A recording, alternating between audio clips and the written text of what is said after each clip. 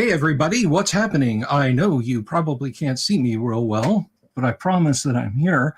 I am sitting in a slightly different place. You guys usually see me over here, but tonight I'm over here because over here at the battle station, I don't really have a lot of room to paint. I don't have a lot of room to do anything. So I'm sitting in an open spot on the table getting ready to paint. And let's see, so that is more or less what you guys are going to be looking at tonight, but I'll switch around back and forth a little bit. Thank you very much, Tall Aaron, straight out of Greyhawk. I actually got this. Kyle put me on the trail of this, not my co-host Kyle, but in fact, Kyle from Nerd Cognito put me on the trail of this. So it's been a long time since I've done a paint live stream, and I just kind of wanted to chill out. And hello, Kabuki, how are you?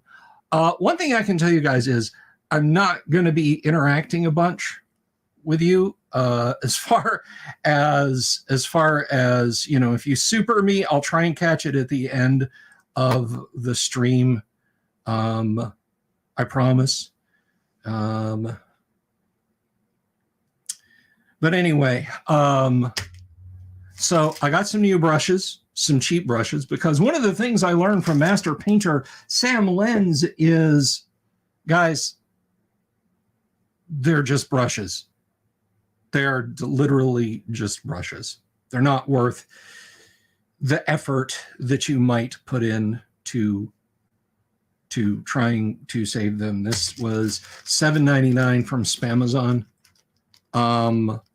That's less than $1 a brush because there's 9 brushes here. So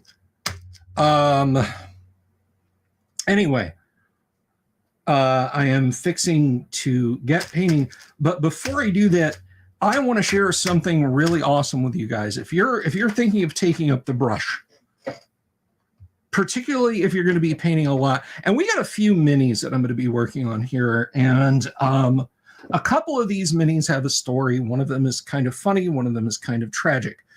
But one of the things I can tell you, if you're going to be painting a lot, something that can really, really, really help your painting is a device called a wet palette. Now, it is a super complex, incredibly hard thing to do, wet palette, but I'm going to try and explain it to you guys. Hopefully when I'm done, we'll have some time to actually paint. So what is a wet palette? It is exactly what it says on the tin. It is a palette that is wet. The palette is infused with water, and the water keeps your paints more or less fresh, keeps them wet. This means that you don't wind up with a scummy skin on the top. They're easier to blend. You might not be able to get the parts for a wet palette if you don't live in a big, huge city, and I'm sorry for that.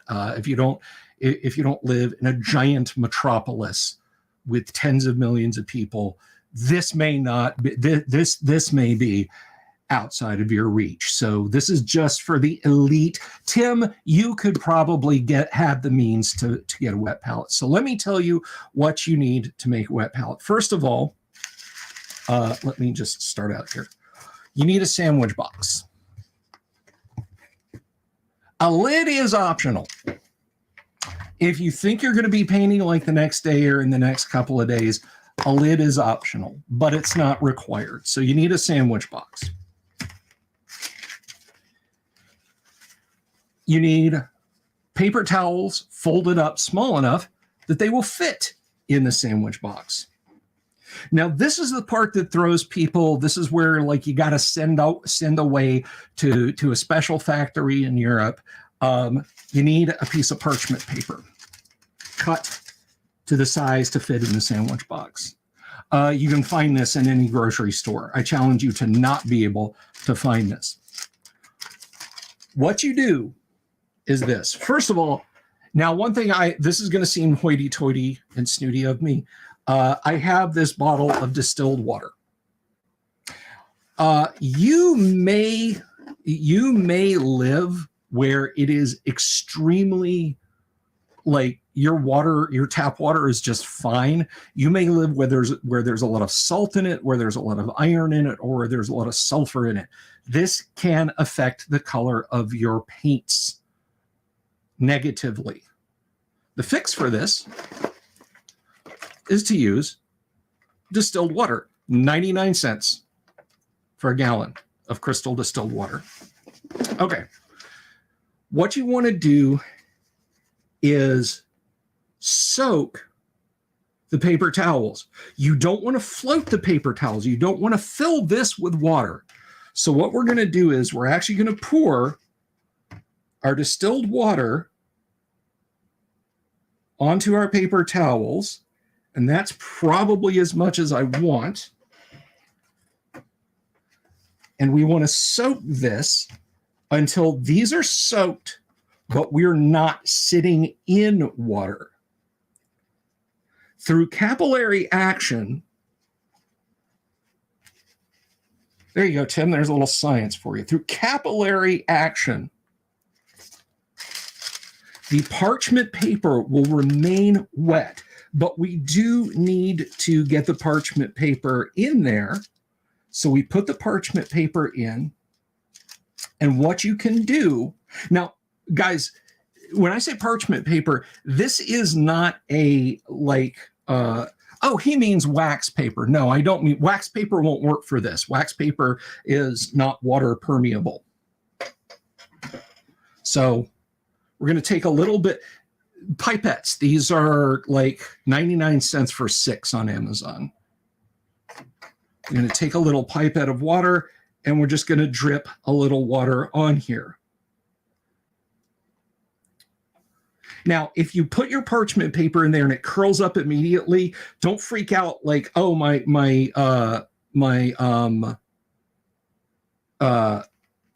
paper towels aren't wet enough. I should put more water in that. The parchment paper will uncurl. I just happen to have just enough water in here to make it tacky.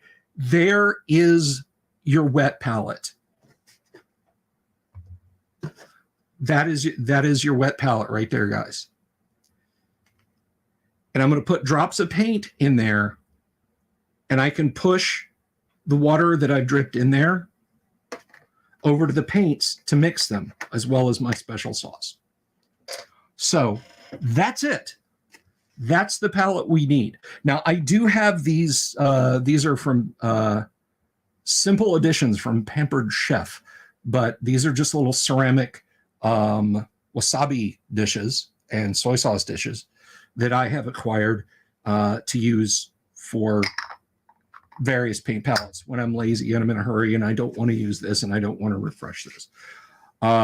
This will eventually dry out. This will not stay all fresh and everything. By the way, how is my audio, guys? You got to tell me how my audio is tonight. You will have to tell me.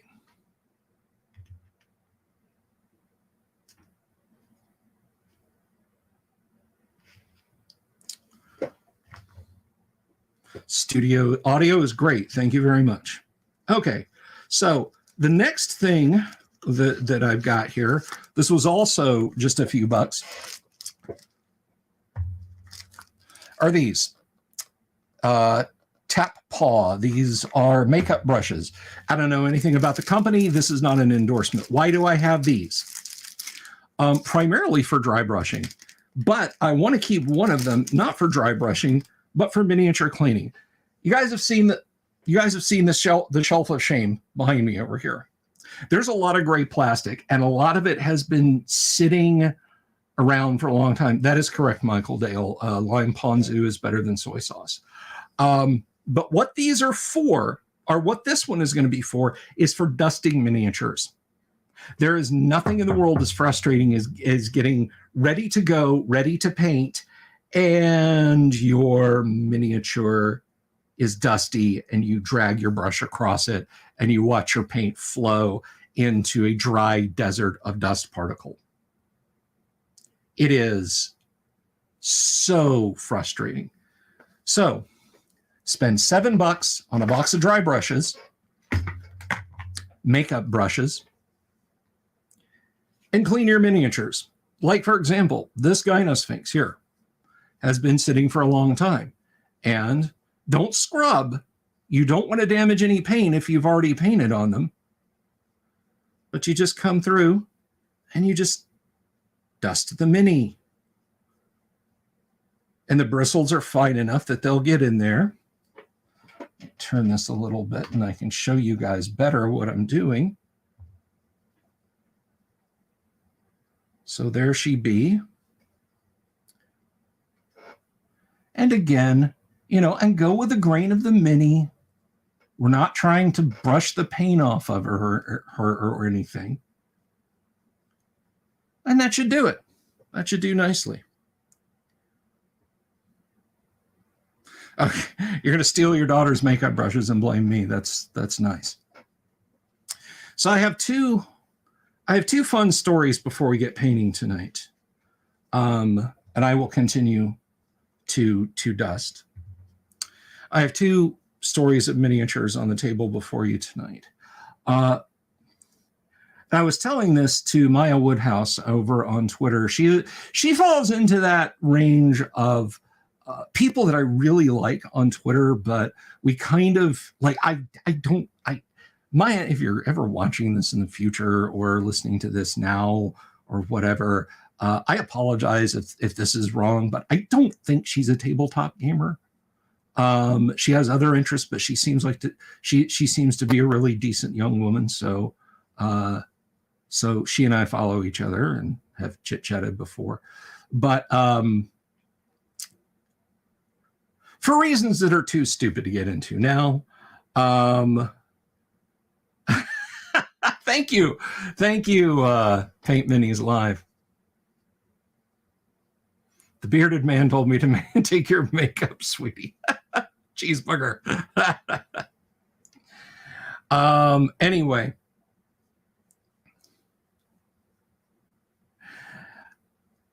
Sometimes if you go on Twitter and you have a particularly successful thread or a particularly old thread that you started, you will occasionally see porno bots.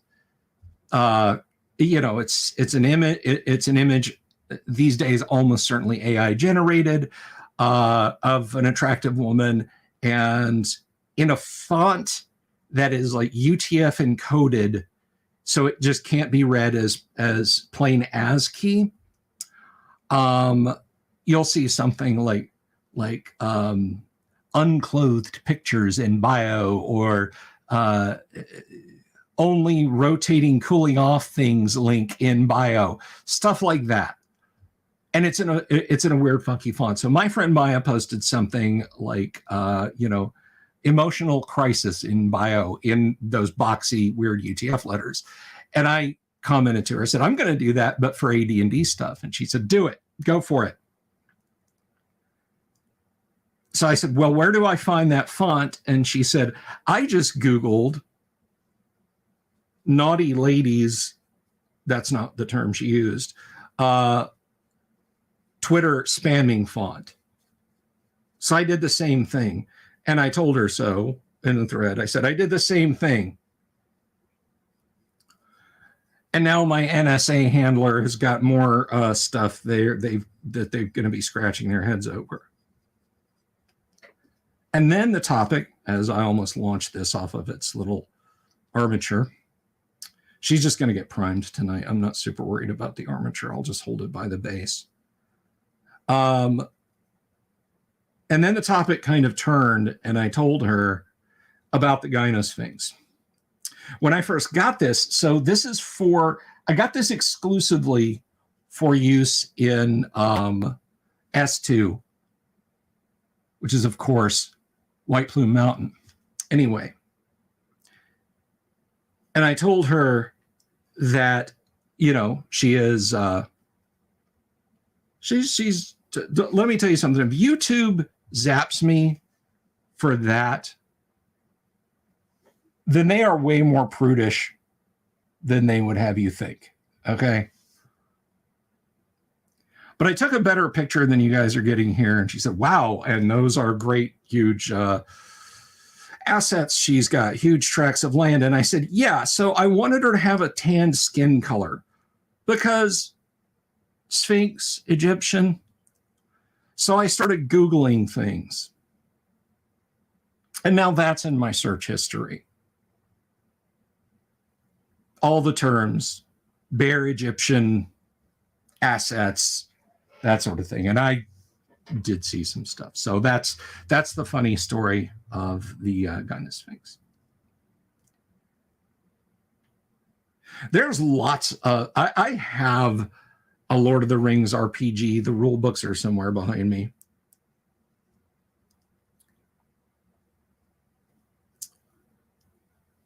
But anyway, so with that said, we're going to get going, but I'm not going to do what you guys think I'm going to do, which is start painting on any of these guys. Well, I am going to start painting on this one. And I'll tell you guys the story of this one. And I'm going to grab some other ones too. Let me see. That also have stories, but not in the sense of what you guys might be expecting. Oh, now I can't see them.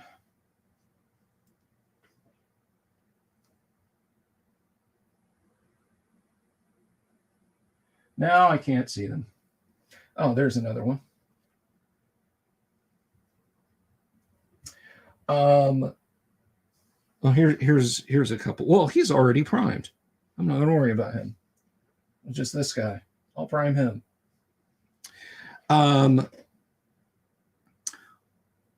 So this demon, you guys know what that is. Once upon a time, that demon had an absolutely marvelous paint job on her. I am pouring one out for you, so to speak. You have to do taxes tonight, so you're painting Vicur. Okay. Yeah, we did our taxes back in January. But anyway, I used to have a friend. He is no longer my friend. But he used to come over and hang out with me, and he was not a tabletop gamer, but I gradually turned him to the hobby of tabletop gaming. And as it happens, he actually kind of enjoyed it. Well, even before he got fully invested in it, he came over one night and said, "Oh, what are you doing tonight?" And I was like, "Well, I'm going to be painting miniatures." And so he sat down and watched me paint for a while. Now, this friend was I assume he still is, a very talented artist. And so he bade me hand him a miniature and some paints. I said, "Pick your own damn miniature." But the paints are right there. So he painted this in the course of the evening using techniques that I had never, ever seen done on a miniature before. And it was beautiful. A few years later, he inflicted such grievous damage on my family that I do not want to discuss what he did and how he did it, he and his wife. And as nice as this miniature was, as lovely as that miniature was painted, I couldn't bear to see it anymore. I had expensive Van Heusen shirts that he had purchased for me as a Christmas gift, toys for our children. All of it went in the trash in one day. But that mini stayed painted, and I used to tell myself, well, separate the art from the artist, blah, blah, blah, blah. But Paint Minis Live and I were talking about this very piece one night, and I was expressing to him the same thing that I'm telling you guys now. And he said, "Bill, throw it in Stripper. Have done with it." And while I was on the phone with him, I opened up my jar of mineral spirits, and into it went. The last vestige of that part of my life. So tonight she's going to be primed, and I will paint her myself as I had intended to. I have another one. Personally, I think it's a better sculpt, but she's showing marginally less skin. Can I find it? Here it is. But I'm not going to be painting her up tonight. It's that one. Also a Reaper Mini. She has her top on. I just think they're fun opponents. It's not a fetish. Shut up. But anyway, I'm not going to be painting on her tonight. And she's going to get her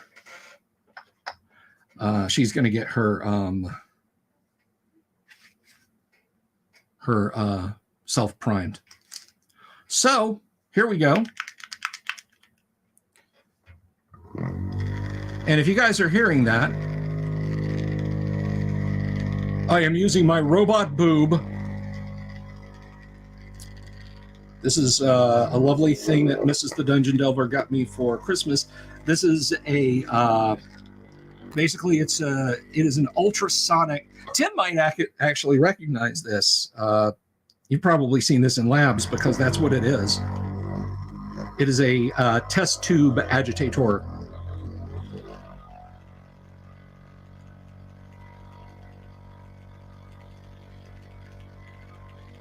Like Sticks Live or Stevie eating Murray's.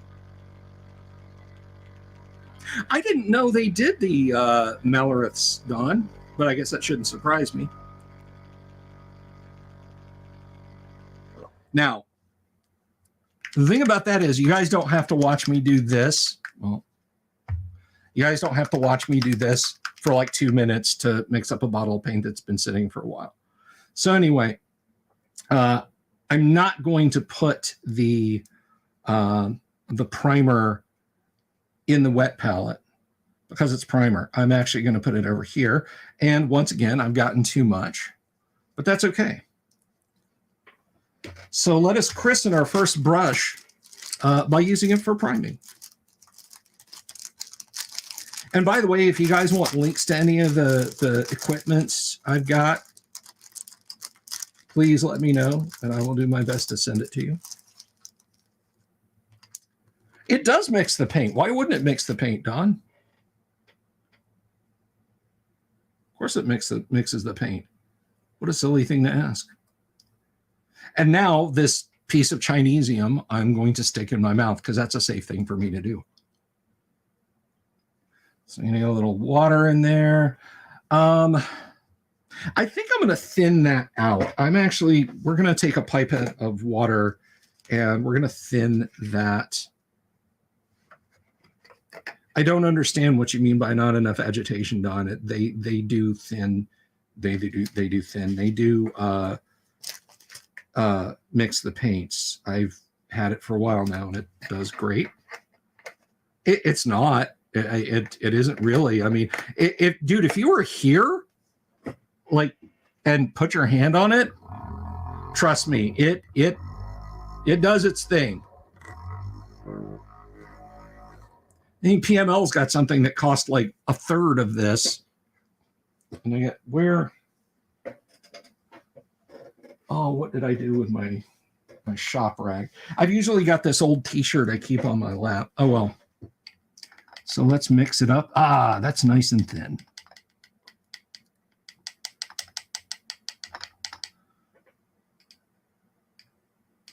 And let's paint, or well, let's prime for now. And the thing about brush priming is, guys, just one thin coat. Just one thin coat. Do y'all want to like watch me prime?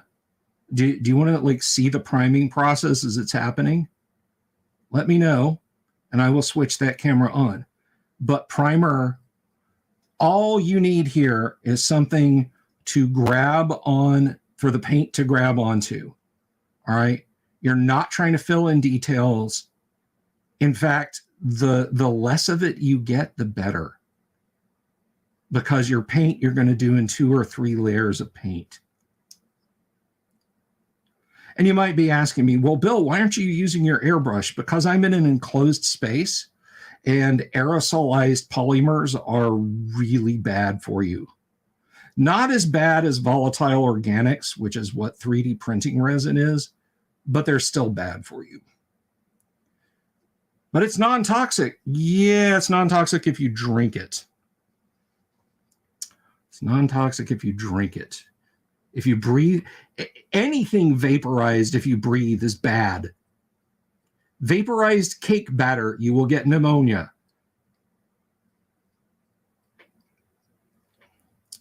I keep wanting to go to this. I need to bring this dish over here.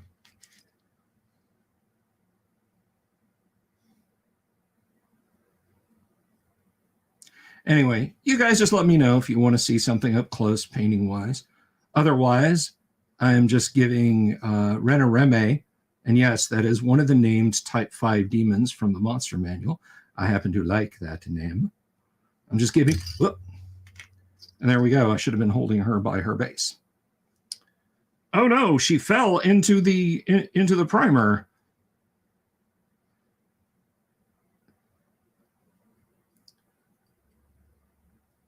Now, in case you guys are wondering, like, do I prefer metal or Reaper bones?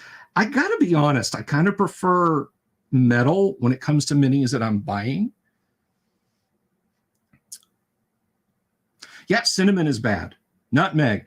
Anything aerosolized. The only thing that should be going into your lungs is what you're supposed to be breathing. Oxygen, argon, etc. The things that your body can normally take in, not things we made in a lab.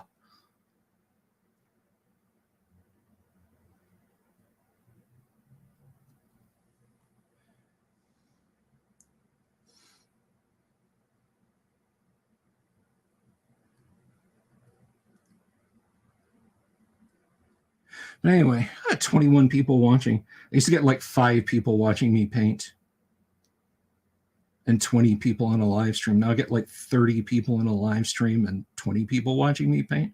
So that's pretty good. Apparently, what super matters the most to YouTube is, did anybody watch for more than 30 seconds? And how many people watched it? Not how many subscribers you have, although I do appreciate it if you subscribe.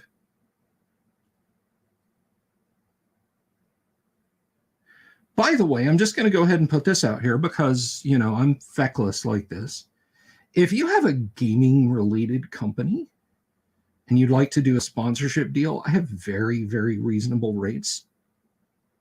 You can PM me, email me, DM me. Just don't do it in like YouTube chat because I'll miss it.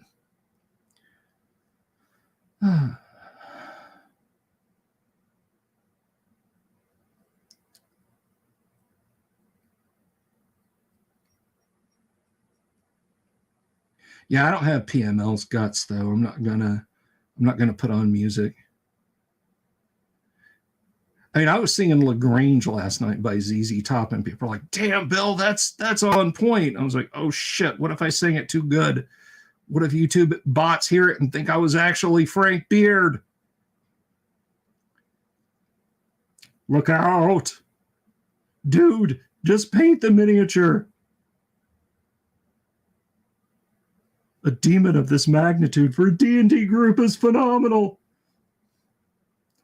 You're such a nerd. Stop embarrassing me in front of the YouTuber. Dude, he's one of us. You mean he's one of you? I don't get into that weird stuff. That's you.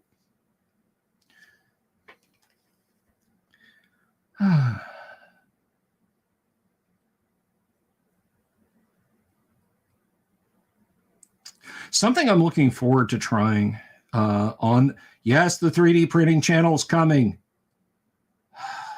You know, I was unwinding a bit last night because Friday night was more stressful than it needed to be due to some things. But I was up extremely late listening to the live stream that Mrs. the Dungeon Delver and I did on Christmas night, and that was so much fun. Gotta have her back. I want her to come back on the show and talk to you guys again one of these days. But as a special treat, I don't want it to become, you know, like a thing that you guys demand. But talking about, I'm going to launch probably by the second week of January. I'm going to launch my 3D printing channel. Yikes. Statements that did not age well. .jpeg. .doc. .wave. Yeah. It's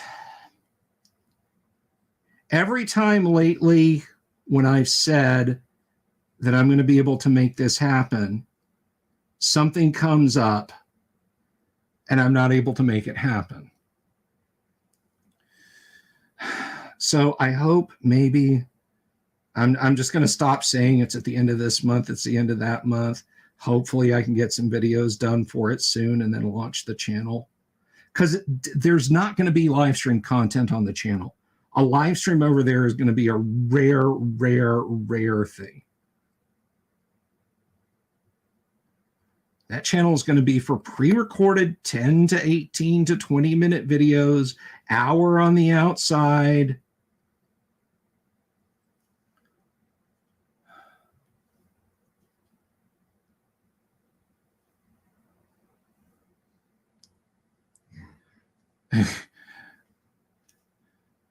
Well, I mean, microplastics are bad in general, Michael, but it's not the plastics themselves.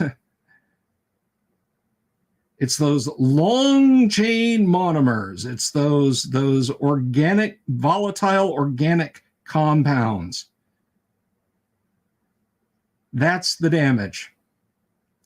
What's your damage, man? I breathed in 3D printing resin. That's my damage.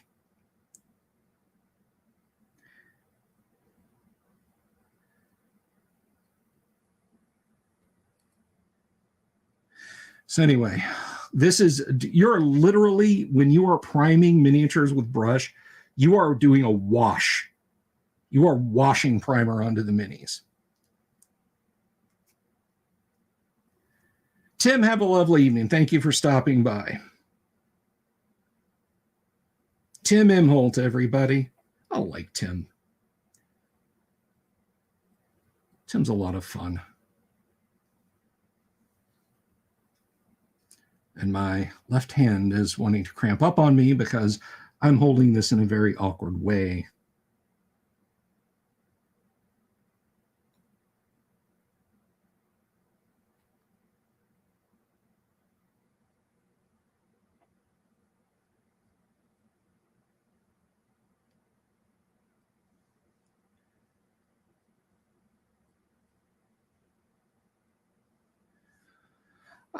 I think that's more or less got her. Get that gorgeous, gorgeous armpit of hers. Shut up, it's not a fetish.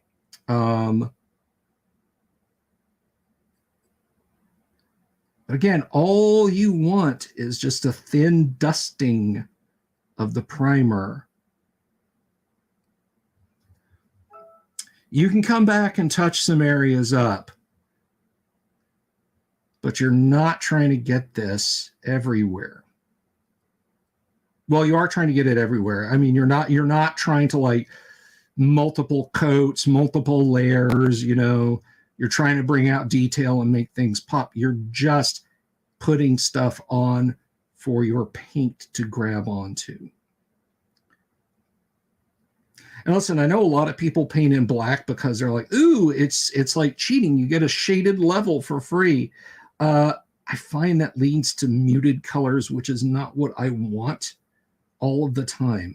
I will occasionally prime black. I primed my Sisters of Battle that I'm someday going to finish for Mrs. the Dungeon Delver. They were primed black. My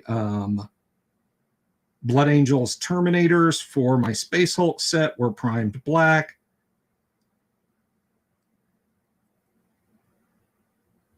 All right.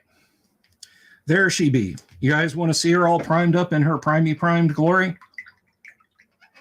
What did I do with my shop rag t-shirt?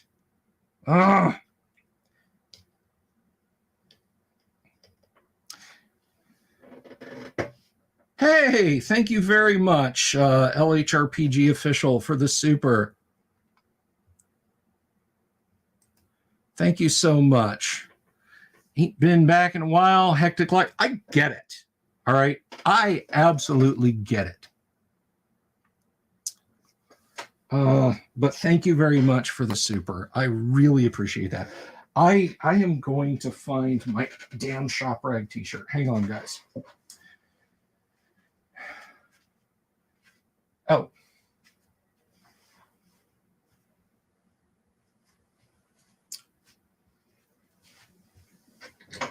Don't mind me. So, she is primed. I'm going to turn on my little fan and put that on her to expedite her drying. I may come back and retouch that. By the way, time is running out for this bottle of paint here. This is Vallejo Model Color 919. I have had this for 22 years. For 22 years. Now, that means, one, that I'm a terrible painter, and two, good night, Ricky, thank you. And two, that it is great primer. I love this white primer. They still make it, except now the code is like 919.59 or something like that. So I am going to replace it, but this has been phenomenal white primer. I can't say enough good about this. This is good stuff. By the way, if anyone else, there's a super chat, and I really appreciate that, LHRPG official, and I miss it, I apologize. All right, we have more priming to do. We have this fellow. Does anyone here recognize who this is? I'll try and hold it steady.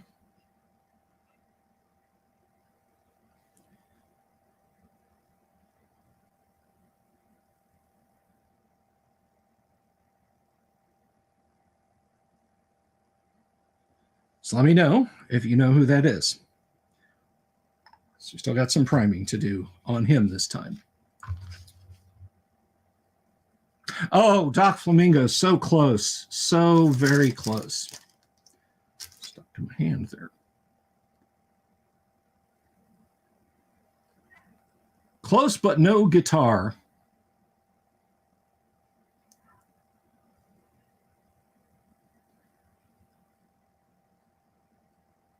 I will even accept who he's affiliated with if you don't know his name specifically.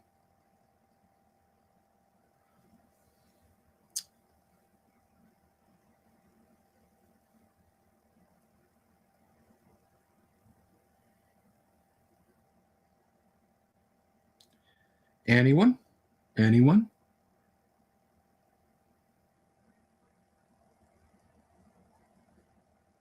So back about 10 or 15 years ago, Wizards of the Coast actually had a license agreement with a company. I think they're still around. Anybody want to check me out on this? You can see if they still are or not.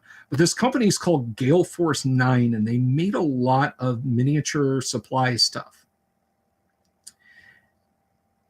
And under license, they produced a few classic D&D module miniature dioramas, sets of miniature sculpts that looked like the monsters or the bad guys in various classic D&D modules.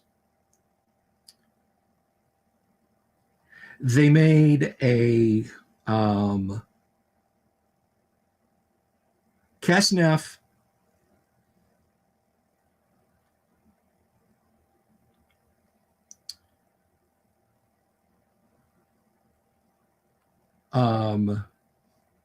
they made a Kesnef, both in halfling and his natural form of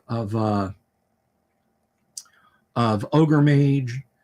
They made, frankly, an ugly Drelsna and a Dwarven Fighter Cleric, and I think a Paladin to fight against her. They made a B here, and both of those are from S4.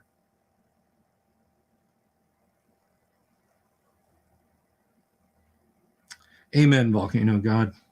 And thank you for the super.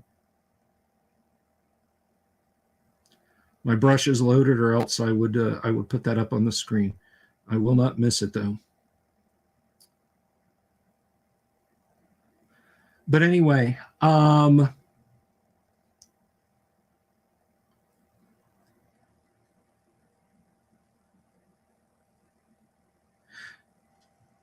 else did they make? They made some drow, not Loth specifically, but they made like a group of drow. See how I can do this.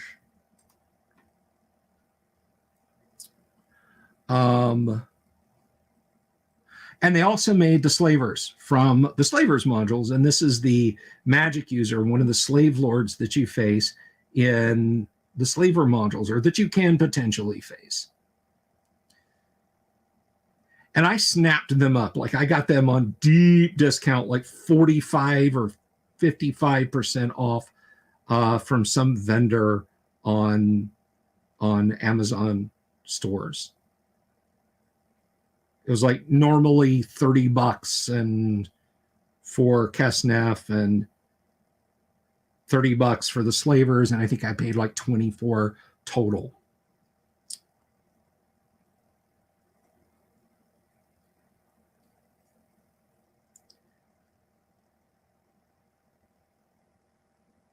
And I thought that was pretty cool. And I'm glad I grabbed them. But oh, Nelly, did these sculpts have some problems. Now, let me tell you what. GF9 and Wizards went round and round about a great many things. If Wizards had said, hey, you kind of screwed us on these minis because they're not good,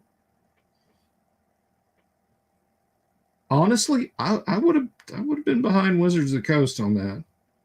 I mean, the original sculpts that they cast the molds from, I can tell, were brilliantly conceived. I'm sure there's some artist out there who still has these molds or his originals that they did the castings from, and they probably look amazing. But their resin process was just not good.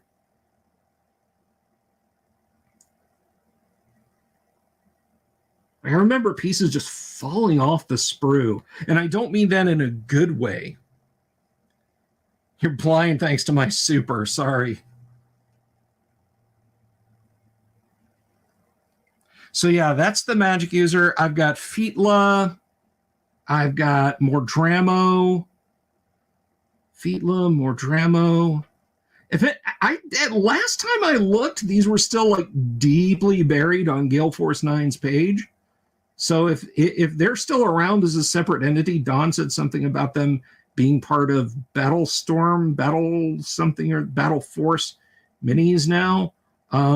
So I don't know that this would still be there, even as referential stuff. But yeah, so these were all kind of like Jeff D's cover of A3. I thought they were super cool looking. Miller Joy, that's who it was. Miller Joy, Mordramo, Feetla.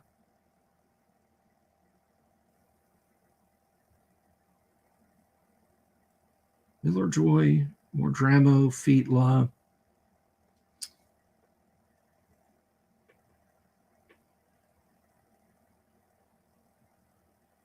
But anyway, they have been sitting around for literally 10 years. And, well, if you guys follow our live stream on Tuesday nights, you know, maybe in a couple of months, these guys could become relevant. I don't know if Eric Idle played D&D, but I guarantee you that at least one of the Pythons had seen a D&D module. And that's, of course, Terry Jones. Terry Jones wrote Labyrinth. That Terry Jones. Yes, the Python Terry Jones. There is a scene in Labyrinth that is lifted straight from S4. I do not think it's a coinky dink at all. Like, you could not convince me that my dude did not look through D&D books for inspiration.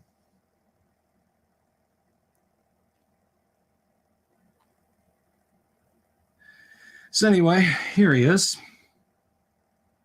Will he come into focus? Probably not.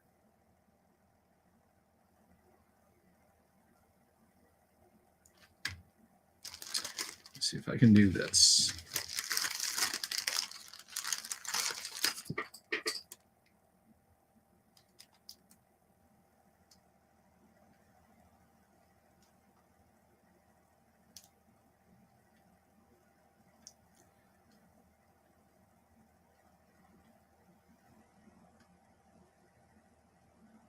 So you can see, not a great sculpt, but it is what it is. And I just dumped out a bunch of brushes on me. So let me pick those up.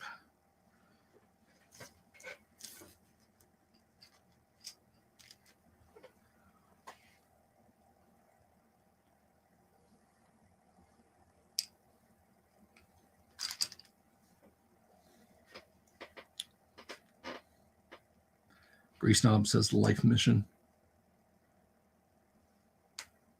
Seth Skorkowski is convinced. I no idea. Believe it or not, I haven't seen 13th Warrior. And I don't know if Crichton was a D&D player, and he's not with us anymore, so he couldn't really tell us.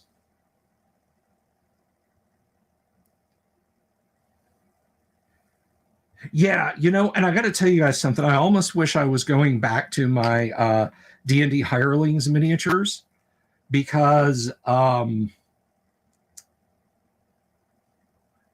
so when I dug those Hirelings miniatures out of a box of metal minis that I was given, I was like, these are good for nothing but lead weights. And then I went out and I saw what a good paint job on those things looked like. And so I set the task before myself to do a good paint job, on the D&D Expert Hirelings miniatures box set. And they're about 40% done. So next up, I'm going to show you guys. So there, that is the priming methodology I have by brush. It's better than rattle can. It's not as good as airbrush, but I've explained why it can't be airbrushing. But it works. It works. So the next thing I'm going to do, and I am going to utilize the wet palette for this. The next thing I'm going to do, guys, is I am going to do some slop painting. Slop painting is basically speed painting with no attention given for accuracy, for detail, for love of the art. I have two mostly complete Vroks here. I printed these and mostly painted them before a game I ran. And I just don't like tons of gray plastic sitting around. So I'm going to finish these in about 15 minutes.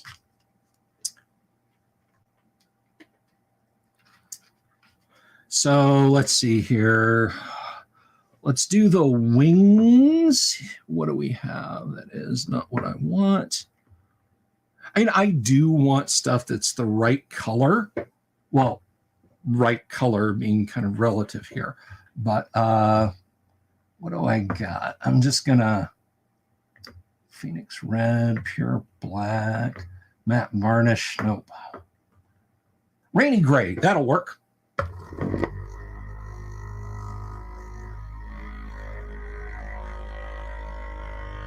Are you guys hearing like a hum? Because that's the that's this thing.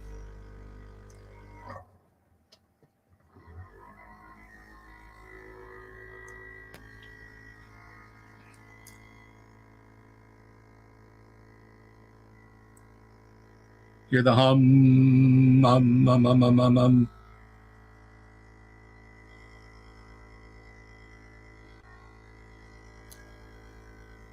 Now, one thing I can tell you, this is like cheating when it comes to keeping your paints alive. But one thing I can tell you, this does not save paints that are dried out. If your paint is drying out, there's nothing you can do. It does, Miss Bella Games. It does. And there we go.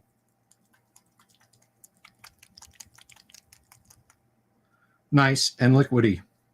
So I am going to use the wet palette for this, even though this is going to be slop painting. These are monsters that are literally like, they're on the field, they do something terrible, and then you take them off. All right? They're not cool, interesting creatures. The cool, interesting Vrock is the Vrock that is polymorphed to the merchant, to look like a merchant or a damsel in distress or something like that. All right, so let's see. And I think I have a little bit of tip clog here. I have a lot of tip clog there, but that's okay. I think I have some wire that is accessible. I hope I have some wire that is accessible. I saw some earlier this evening, but then I said, no, I shouldn't need that. Joke's on me. Hang on. What's a good color scheme for kobolds if you don't want the basic red from the monster manual? Like a charcoal gray.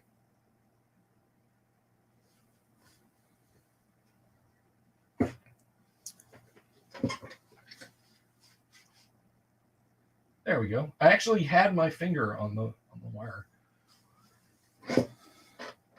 This is a good Christmas tree hook.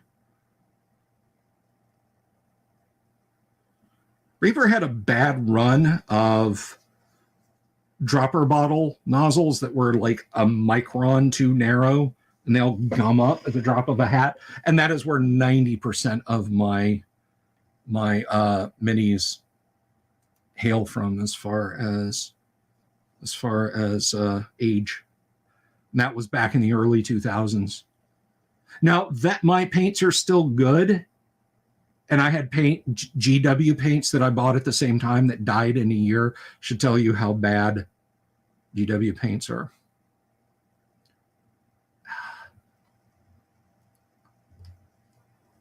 All right.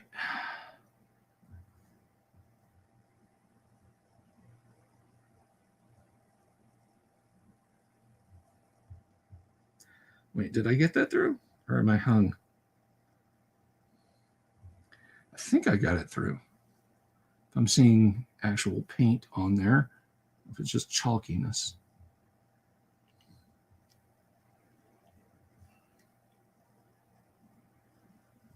Ah, there we go.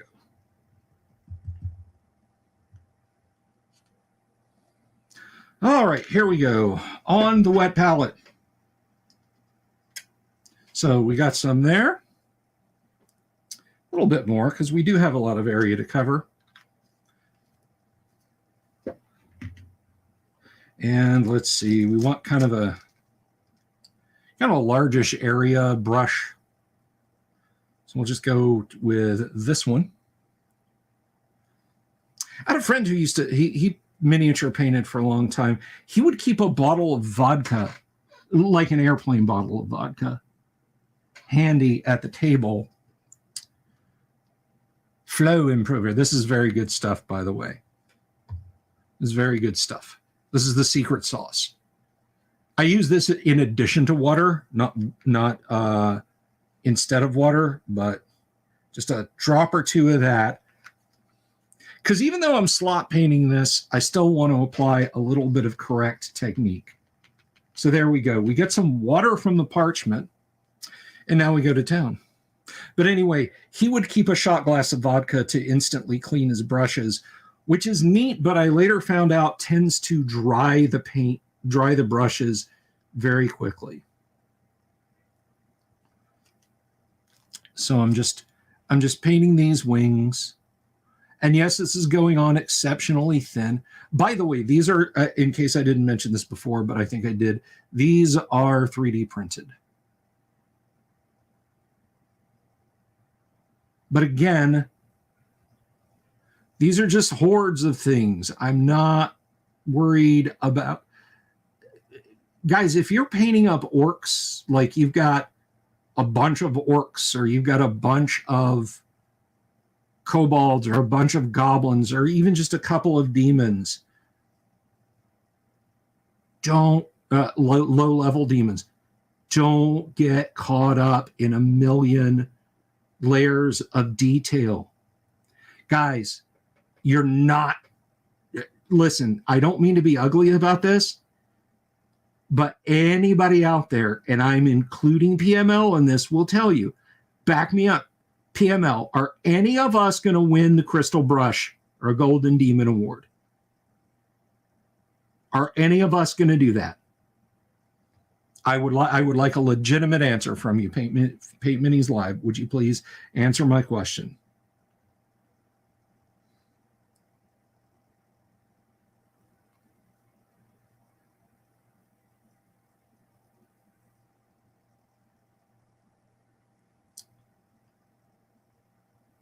The answer, of course, is no.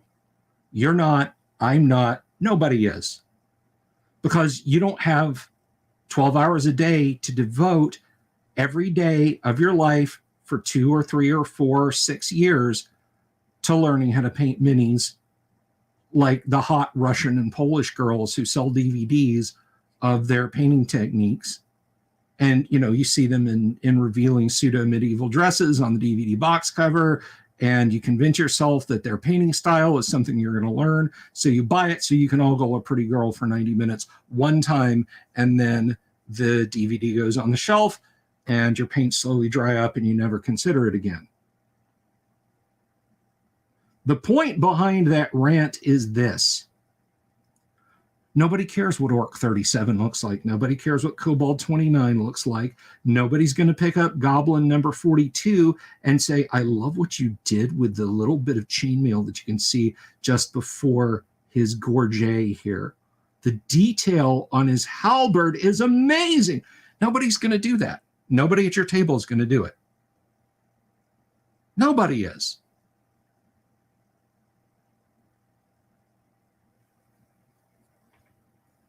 But what they are going to do is see a bunch of white or gray plastic or painted plastic. I've had people grab my slot painted minis and go, man, wow, this is really cool looking. You did such a good job. It looks so savage. And I'm just like, yeah, thanks. And then I just kind of move on. Slot painting is about putting paint where it needs to go so that you don't have a non-painted mini on your table. This is just a speed painting method. If it looks good at 3 feet distant, guess what? You're good to go.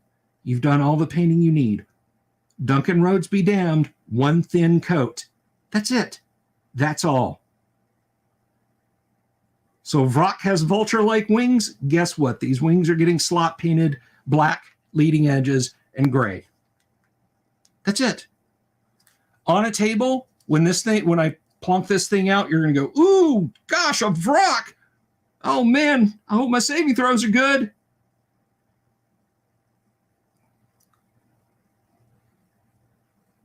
And guys, a lot of minis, like I 3D printed these, so, you know, they cost me like 19 cents each.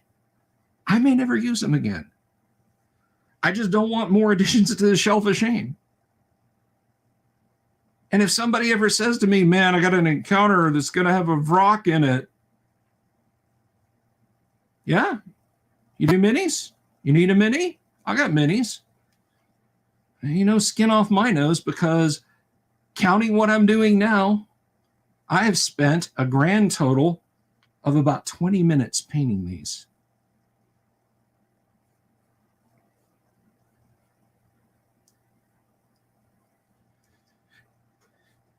Now, this might run contrary to a lot of people's beliefs about painted minis. And I get it. I completely get it. But what I'm going to do when these wings dry, actually what I'm going to do here in just a minute, I ran out of gray paint. Where is that rainy gray paint?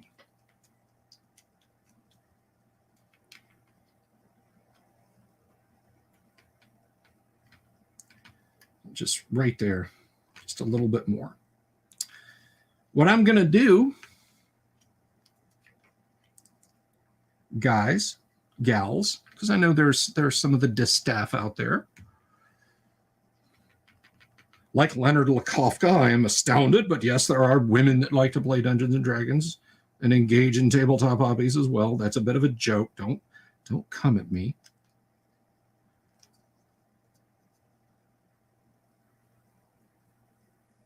But once these wings, while these wings are drying, I'm going to do the final details that I intend to paint on these guys. Their beaks and claws. I'm going to use a bone color for that. And then when they're done, I'm going to black wash the wings if they're dry, which they should be. And if they're not, I'll wait. And I'm going to brown wash the beaks. And then that's going to be it. They're going to be done. I mean, I suppose I could do like stone gray for the bases, but I'm not going to worry about that right now.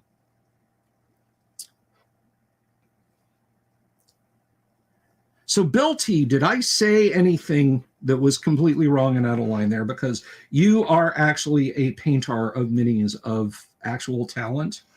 So I would genuinely like you to pipe up. Was anything that I said there wrong? If it was, say, Bill, no, actually you don't want to, that's a bad habit. Don't do that. But that's it, guys. That's it. He's painted. Bada bing, bada boom. If I plant this on the table in a D&D game, all the players are going to see is a friggin' vulture demon straight out of the monster manual. And I got to hand it to you, or to whoever did these sculpts for these rocks. They're very true to AD&D and not to like the dungeon punk aesthetic that's come since then. I mean, they're not like, copies of the Dave Sutherland art or anything like that, but they're very old school and I like them quite a bit.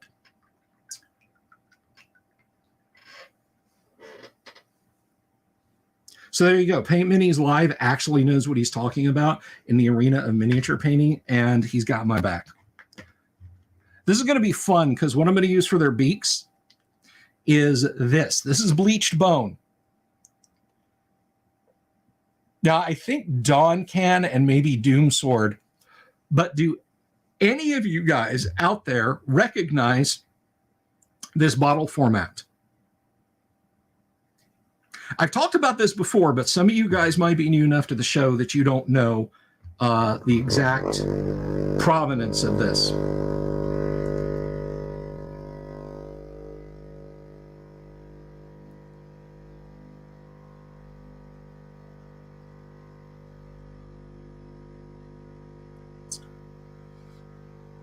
So to give you guys a taste of what's wrong with Games Workshop these days, this bottle of paint that I'm currently shaking up dates to 1992. This paint in this bottle is 32 years old.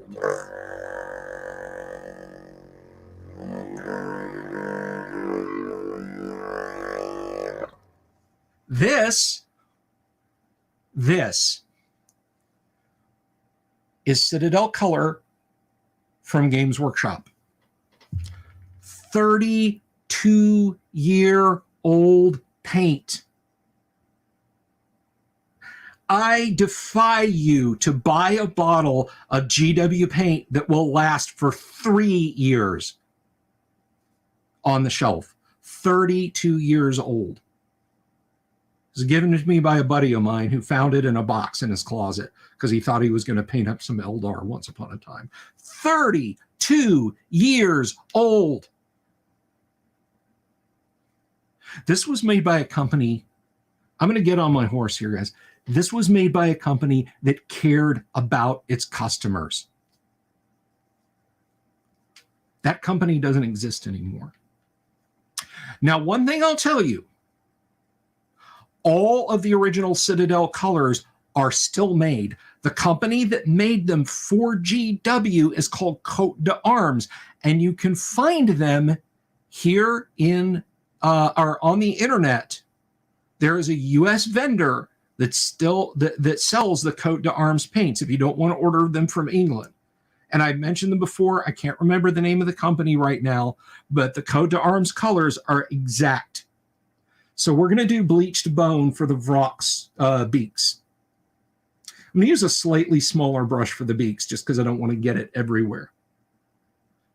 What do I think the old secret was? Yeah, no, it's, trust me, it's not dry. Listen. That's the paint blobbing around in there.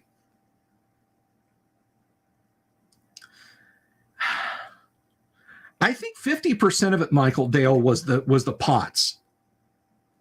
These pots have incredibly tight-fitting lids. Current GW pots don't. I mean, look at this, guys. Look at that down in there. That is still liquid.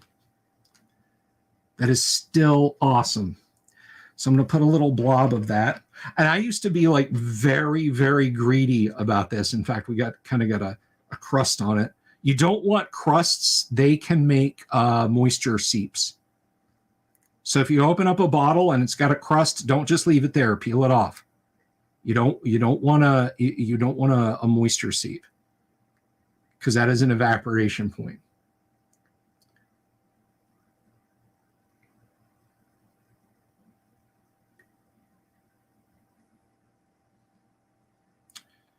So let's just, now the only bad thing is because it's not in a dropper, you got to pour it. So, hey, how you doing, Mr. Peterson? Pour. Sorry to hear it. No, Woody, pour. P-O-U-R. So I'm just going to put a blob there. Not much. We're going to wipe that. We're going to wipe the lip off. It's got a little drool of paint on it. But now that I know that I can get these from Cote d'Arms, I'm less freaked out. But I used to like dole these out by the pinpoint. But yeah, no, Cote d'Arms. Look them up. Ooh, this lid's got a crack in it. That's not good. It's a bad seal. This might go bad in another 10 years instead of another 30 years.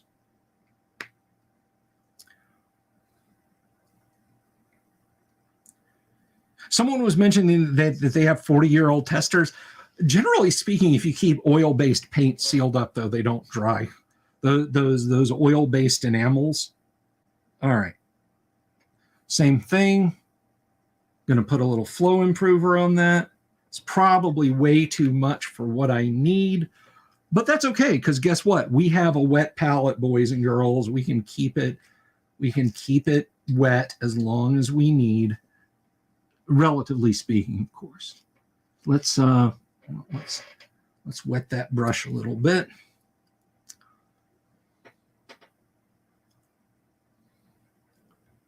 The old pots do help. The old pots help quite a bit. Let's mix that up.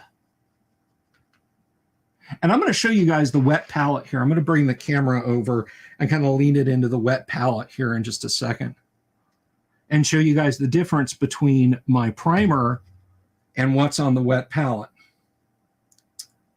All right, here we go. I'm going to come in and we're going to do the beak. Oh, yes, they call it the beak. Woo! Now, the beak, I might do a couple of coats on, because this is actually very thin, thinner than I wanted it to be. But that's okay.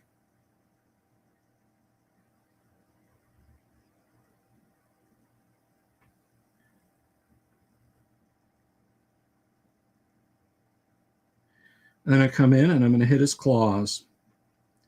Ho, ho, ho. Ho, ho, ho. Be quiet. Right there. Come and hit his nails right there. Right there. Doit, doit, doit, doit, doit.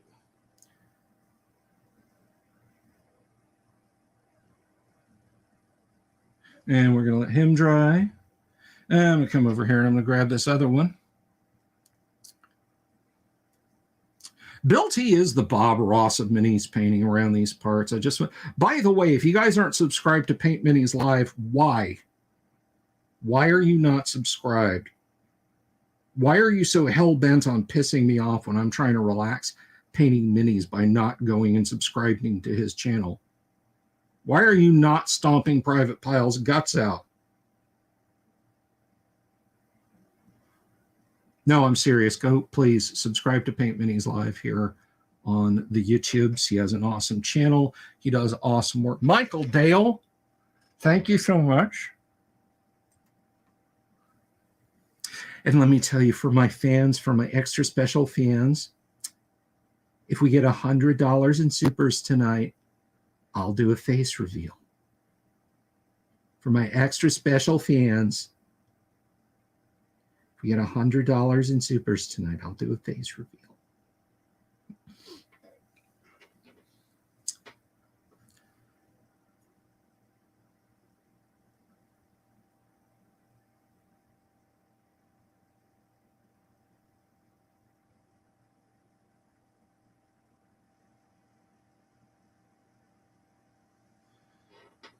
How a face conceal is a grand, Don. Get your business Amex out to do that. Super. Uh-oh. Lost the fan battery. Oh well.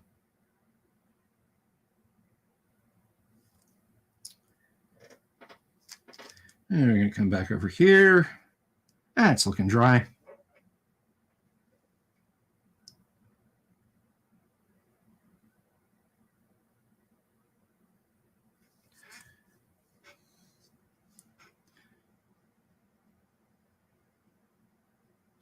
Can't afford it. Thank you, Vaughn.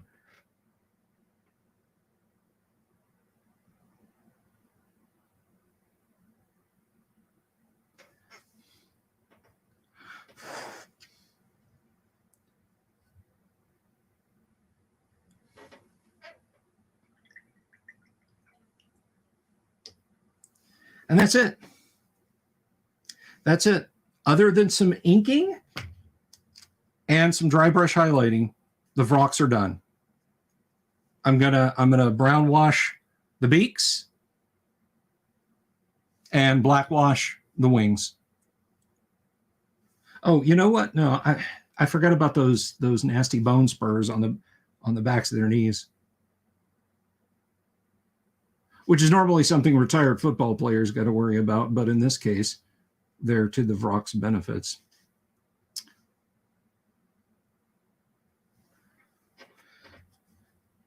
So I'm going to come in and dollop on those.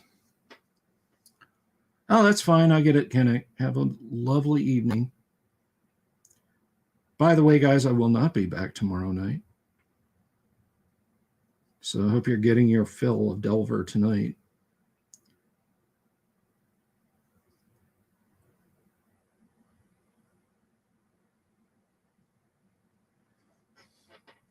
Guys, I know some people who would dip shade those. They would literally have like a can of Minwax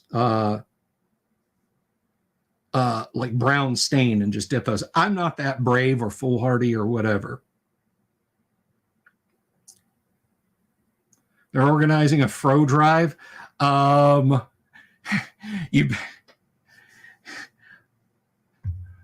Bill, my brother in Christ, let me tell you something. You better just brace for it, okay? Your fans are going to do these kind of things to you.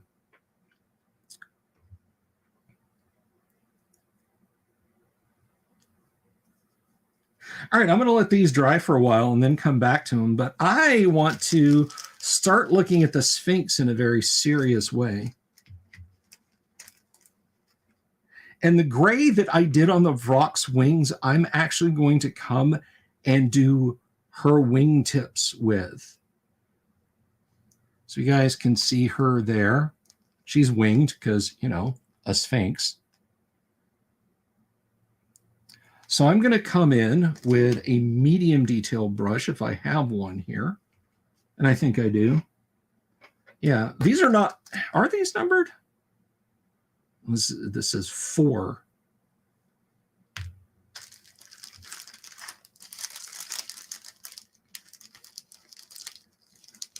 Perhaps in my cheapitude, I was a little too quick to get the cheapest possible brushes.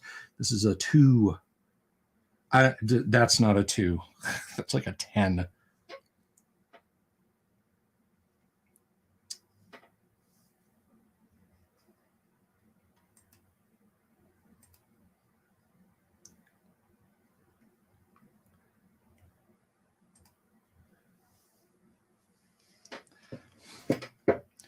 Oh, sure. Ask him. You know, don't talk to Dad about it. Ask Bill T out in the audience. I'm just kidding. You guys can talk about whatever you want within reason. Just don't fed post or argue or spam. Those are the 3 things that will get you booted.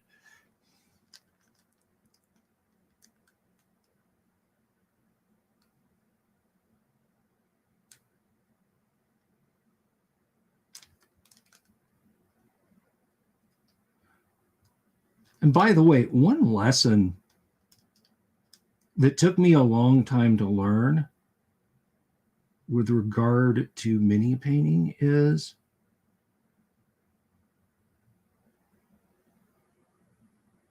there is no such thing as paint that's too thin. To a degree.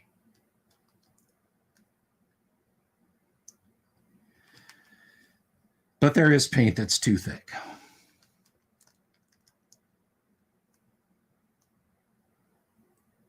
If you put on a layer of paint and you say, but I can still see primer through it, it just sort of ran everywhere like water. Well, wait for it to dry and put on another layer. And don't thin your paint so much next time. But if you glob on paint right out of the jar, you didn't thin it properly, yeah, you're kind of boned. That looks like a job for Simple Green.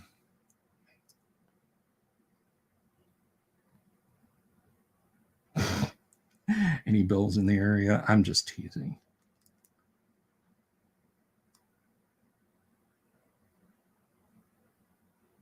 I got into painting minis because I'm one of those people who think that minis and D&D go hand in glove. I'm not one of those people that freaks out when somebody starts talking about using minis. Oh, but immersion, the theater of the mind. Guys,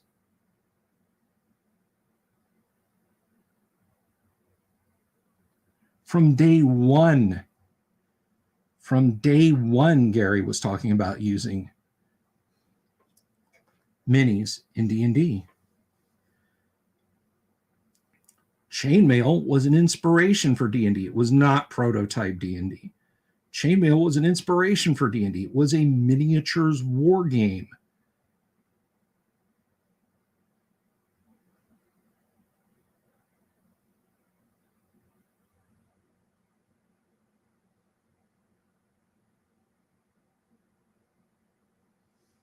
I hope I have time to do some dry brushing on her tonight. I really do, because I want to show off the new dry brush.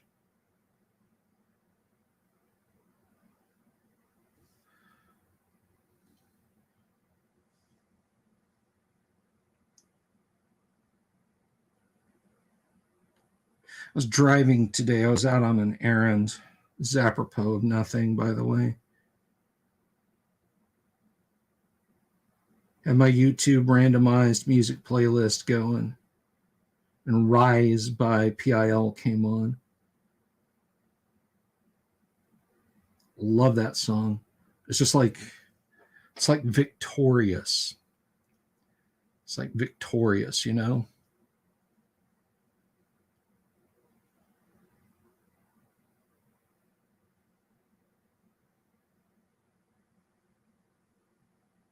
Yes, I still do print minis.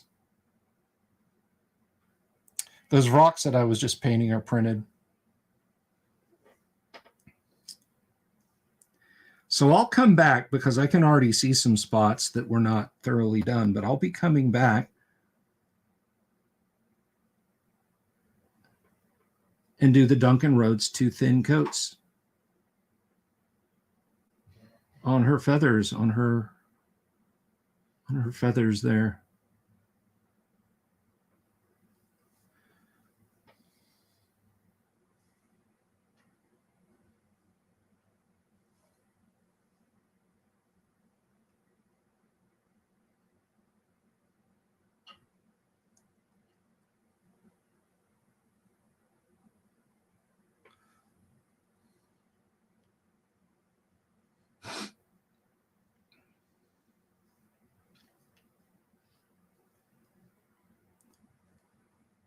So Gary, yeah, they ordered a lot of minis, but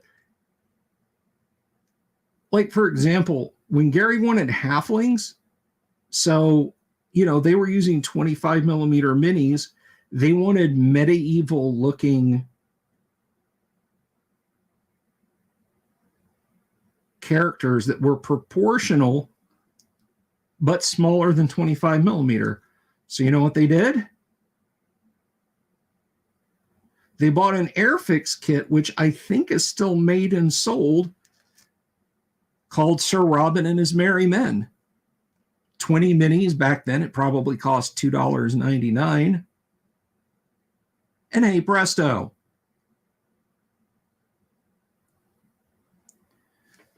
Halflings.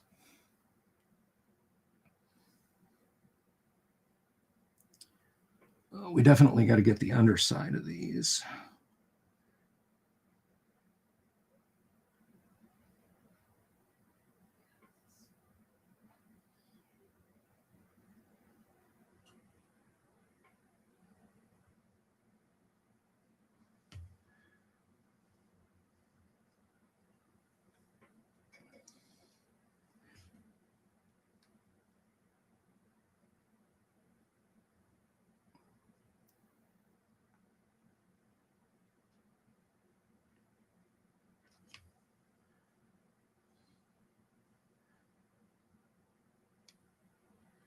All right, while those wings dry and we get ready for the next coat, we're going to go back and we're going to use some of that bleached bone, some of that lovely Games Workshop bleached bone, because guess what, guys, girls?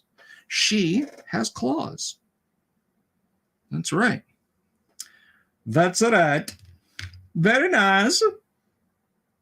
Let's just give that a mix up. And oh, look, it stayed fresh. And let me just show you guys this. My water cup. Let me just show you guys this.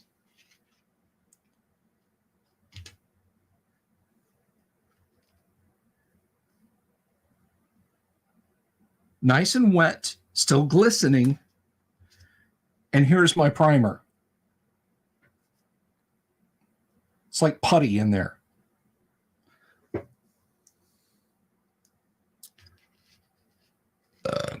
You idiot, they all have claws.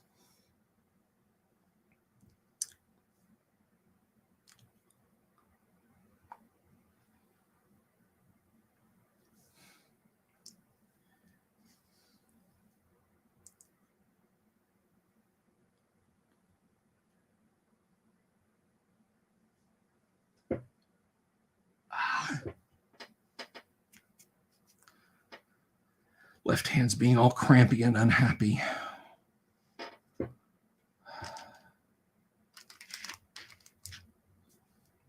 That's not a happy time.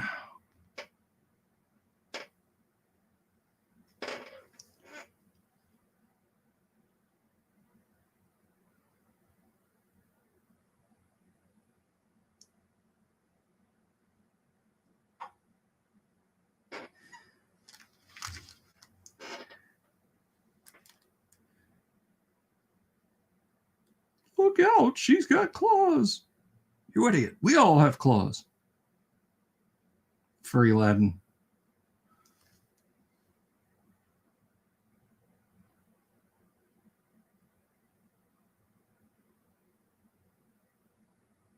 Furries ruin everything.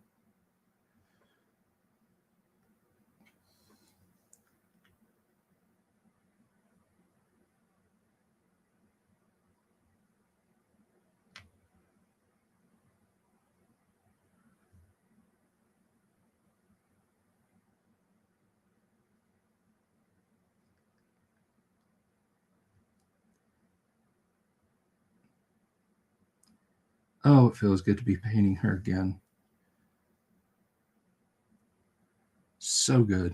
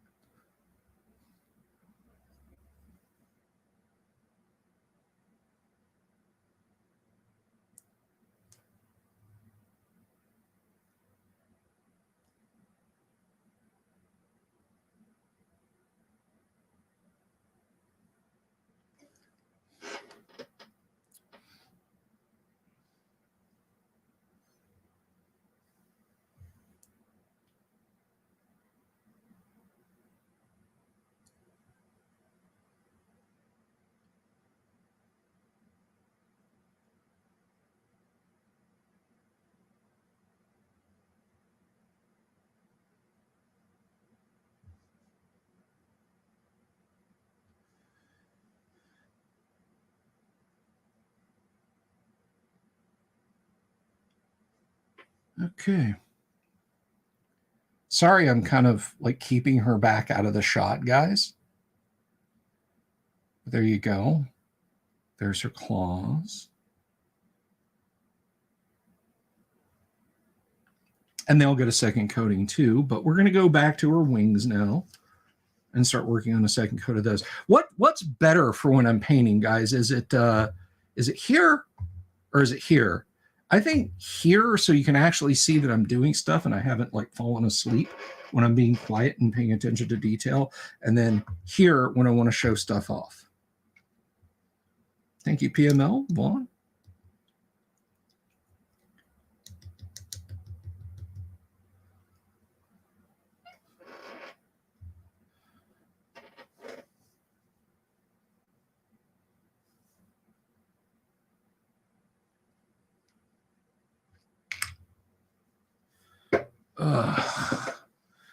I gotta sit up straight for a second. Show you guys my big old gut.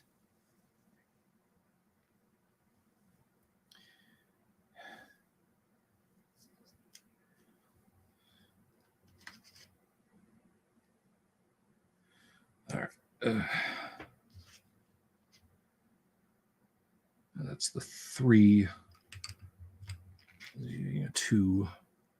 That's the 2. The alleged 2. The supposed 2. All right.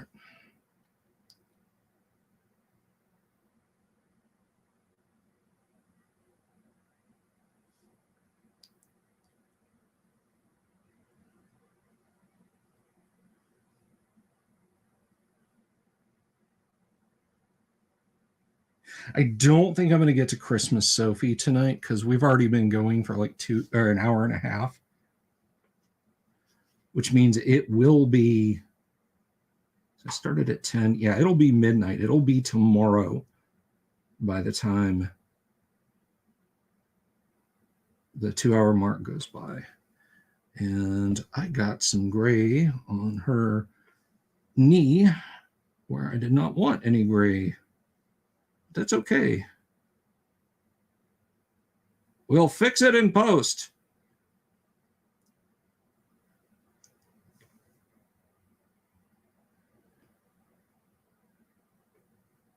And that's something else. Something that's also very important, guys, about painting is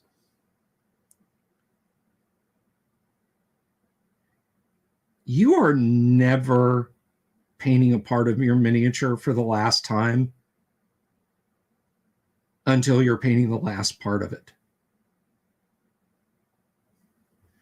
And I know that sounds a bit Yogi Berra-ish, but hear me out. If you get paint somewhere you didn't want it, the mini is not ruined. Just go back and paint over the spot that you accidentally painted.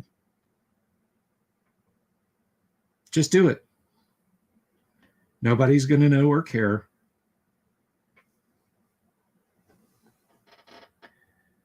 That you've got a spot that maybe is a little bit off the color.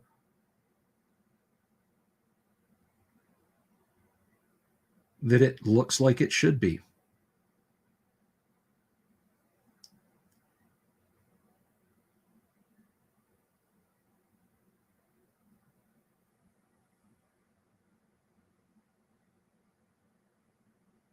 The miniature police are not going to come and arrest you.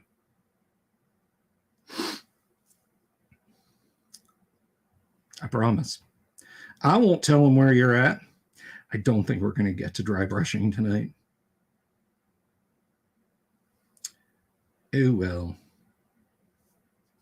But we'll see. Who knows? But there's that second coat.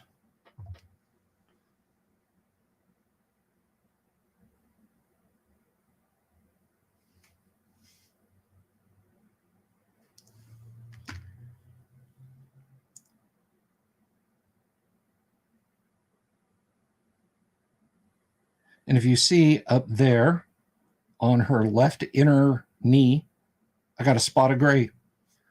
You know what I'm going to do about that? I'm going to go a little spot of the tawny brown, and I'm going to fix it. And then that's going to be the end of it. Let me see if I can get the camera to focus on those.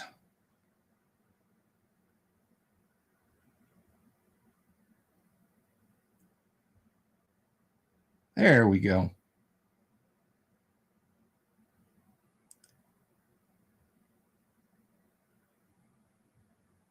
You can see her pubes.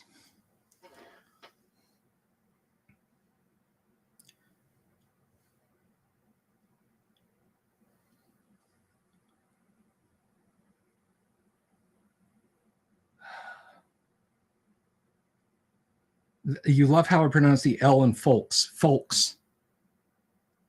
How should I be pronouncing an L? Folks. Folks. Folks. Oh, yeah. I definitely think once I start hitting her with a dry brushing, it's going to be glorious. But now it's time for her second level of detail on her claws. On Her Majesty's secret claws.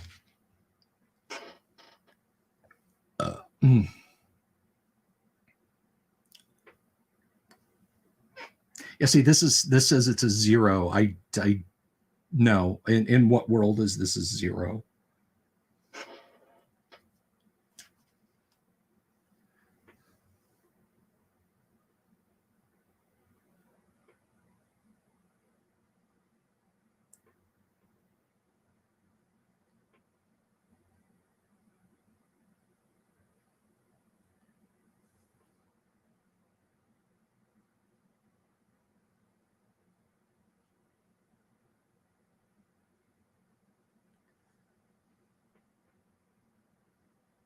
You know, the miniature police are all deployed from Cool Mini or not.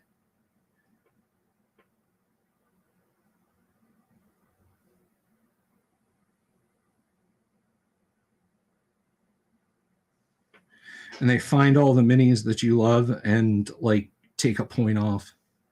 Seriously, Cool Mini or not, there has never been a 10 rated mini on universally on Cool Mini or not.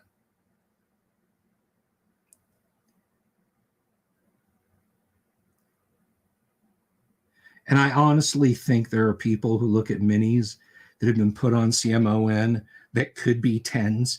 And I'm not saying anything I've ever done. I just think there's people who look at minis and go, no, I don't want there to be a 10. That mini could be a 10. It should be a 10.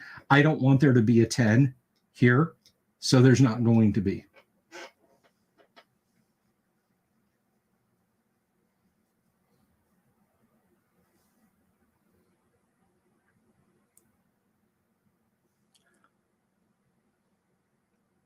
Yeah, I can't do that. Pronounce the H. Whip. I wonder where. Oh, God, that's just like. There's a YouTuber I stopped watching. Well, there's many reasons I stopped watching him, but that was among them. Among Us. That was among the reasons I stopped watching him. Now, let's see. I kind of feel like I want to fix that spot on her thigh. This is what I'm talking about, guys. Come on. Come on. Come on. Slowly bring it in.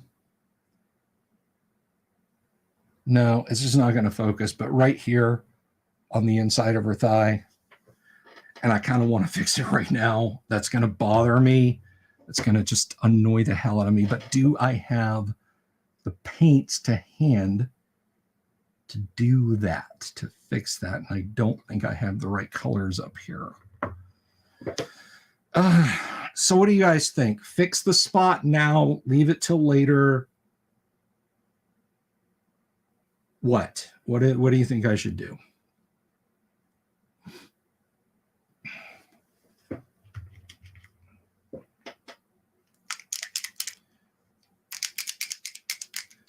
I've used several Sphinxes Duchess.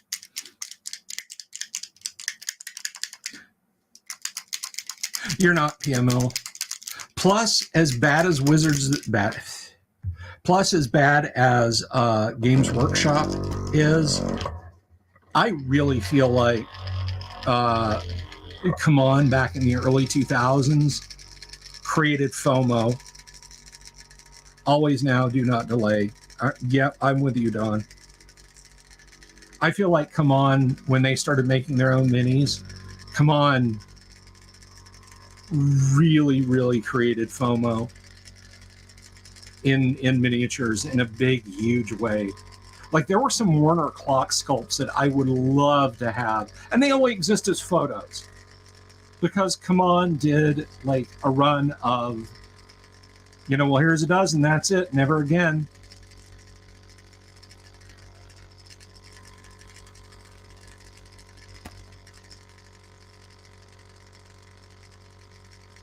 This, by the way, is Reaper Pro paints. They don't make these anymore, the Pro paints, and they don't do equivalents. They say that a lot of their paints match up, but they don't. Like, their oiled leather is, it's a damn shame about their oil leather. They sent me a sample paint because I bought a bunch of miniatures straight from their website that just happens to be like 99% oiled leather. But otherwise, yeah, you're not getting their oiled leather again, which sucks because it was amazing. So let's see. Let's check that ink. That ink is in great shape. I am not going to pour ink. Well, am I? Let's see. No, I think it's a little on the thick side. I feel like I want to pour some in somewhere and add some water, but it's going to be here. It's not going to be there. It's going to be here.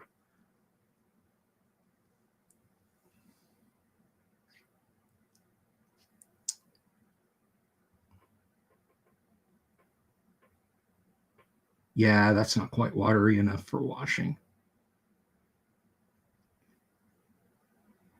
Yeah, this is set up some, which is a shame because it's an awesome shade of ink.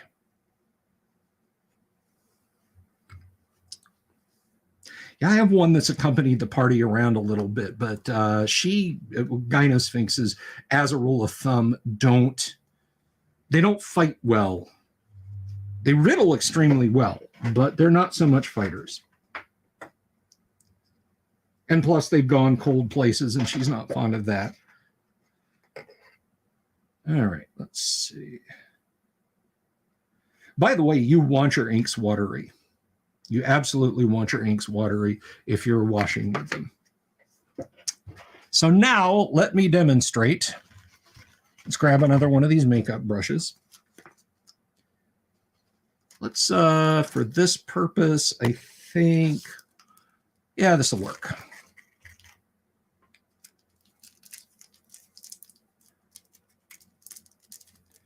And this soy sauce consistency here is what I'm talking about for ink wash. That's what you want. By the way, somebody earlier said Ponzu was better than soy sauce, and that's absolutely true. All right, so let's just slop that onto our brush, and let's just go to town. That's a little more brown than I wanted on the gray, but I'm glad I'm doing it here. But that's what a good ink. That's what a good inking can look like, guys. And we're just slopping it everywhere. We're just getting it down in cracks and crevices. Generally speaking, with inks, you don't want it setting on the surface so much. But again, these are demons, so I don't particularly care that it's staining. But you want it to get in the cracks and shade. And we're going to do it on his beak, on his claws, those little bone spurry things.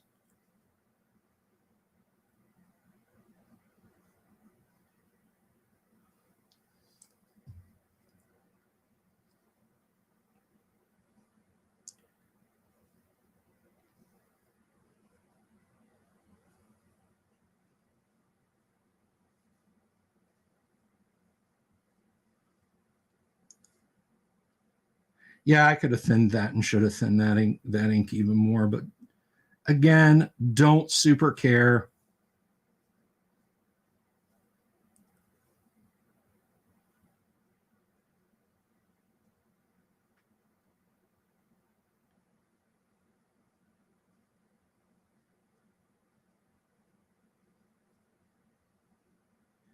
And guess what? The Vrocs are done. Slot painted Vrocs, boys and girls. They're finished.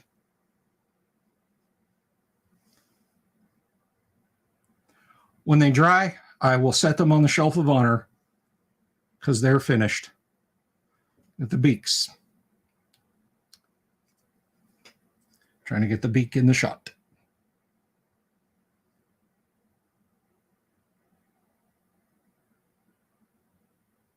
That's it. They're done. That is the beauty of slot painting, guys. Not counting the time they sat here and dried for an hour.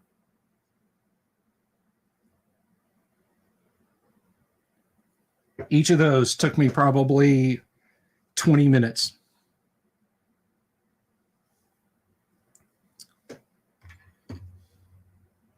And they are finito. If I need Vroc minis, I can just reach over and grab these. I'm not super concerned about them, how they look, or anything like that. They're just done. Or if you play Warhammer Fantasy or whatever, they're keepers of secrets.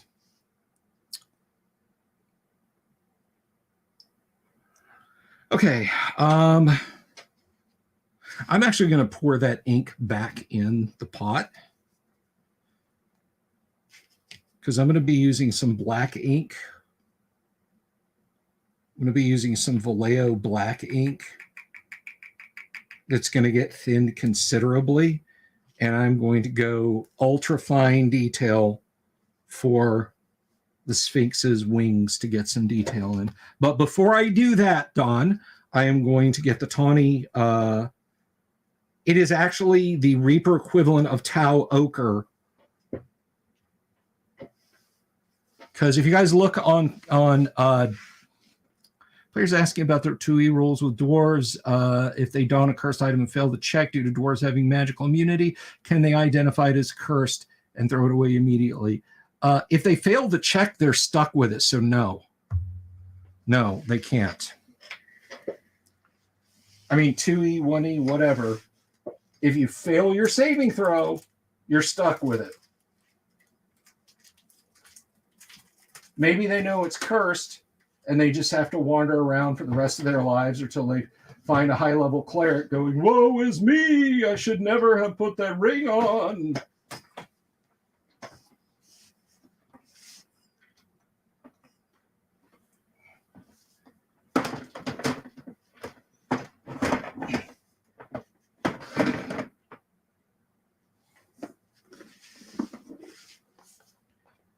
All right, what do we got here?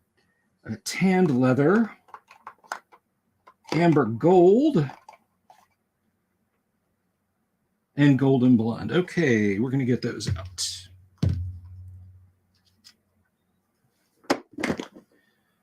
By the way, if you need something to store your dropper bottle paints in, last time I bought these, $9 at Walmart.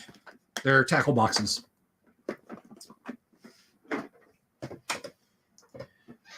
Yeah, I'm going to put this back where it goes. Actually, I'm not going to set it on the floor. It has a place.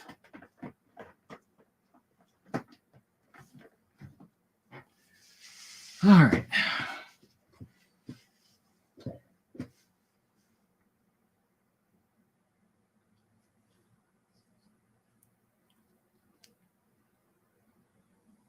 All right. Let's see. So right there, we're going to want the darker shade, so probably tanned leather. Let me make sure I've got the right triad. 31, 33, 32. Okay, I do have the right triad. Well, I tell you what, let's go with the middle.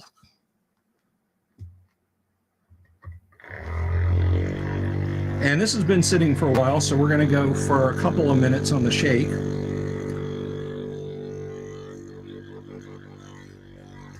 Should turn it upside down.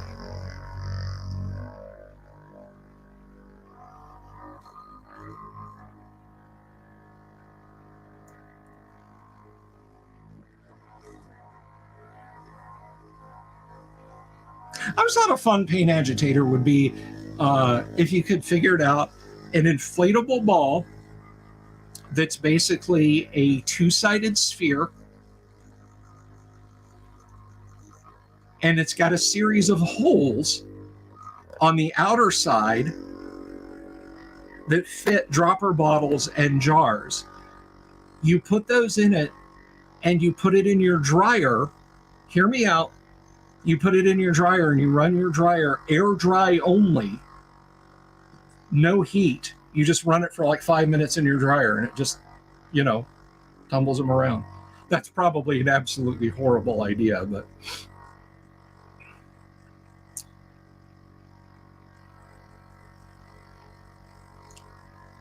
Da, da, da, da, da, da, da, da, da,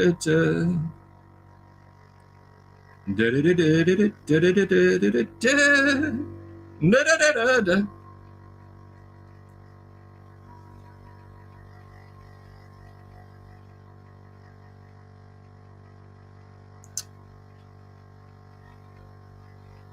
No. That's like getting free identify or detect magic. Beta dryer German tooth, that's right. All liquidy. Don saying it doesn't agitate enough.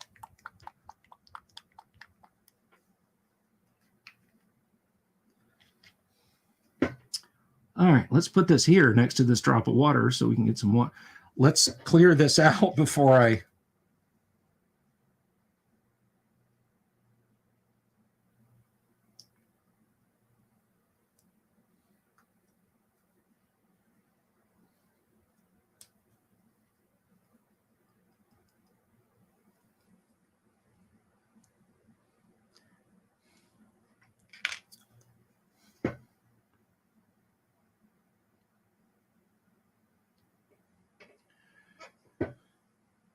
And Engine Joe, brother, I got to tell you, if your players approached you with, hey, so you know how the dwarf... Yeah, they're trying to get something for free. They're trying to get something for free.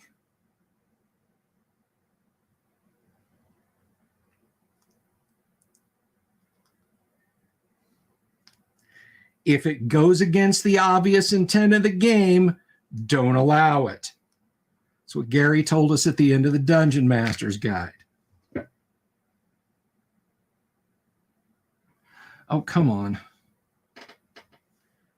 And I know it's liquid down in there. This is one of those awful lids from the bad era that I was telling you guys about. Come on.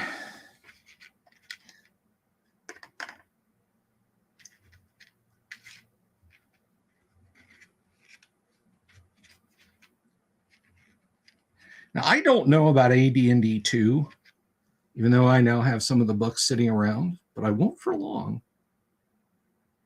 I won't for long. But in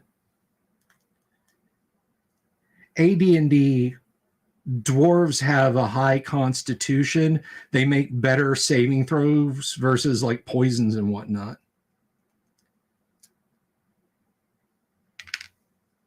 All right, damn it. There we go. That's the stuff. That's what Uncle Bill needed to see. All right. And now we just move that droplet of water over to it. And look at that. Look at that. And we have the paint we need. When we've got a loaded brush, we just come in here. And that's way too much paint. We just come in here.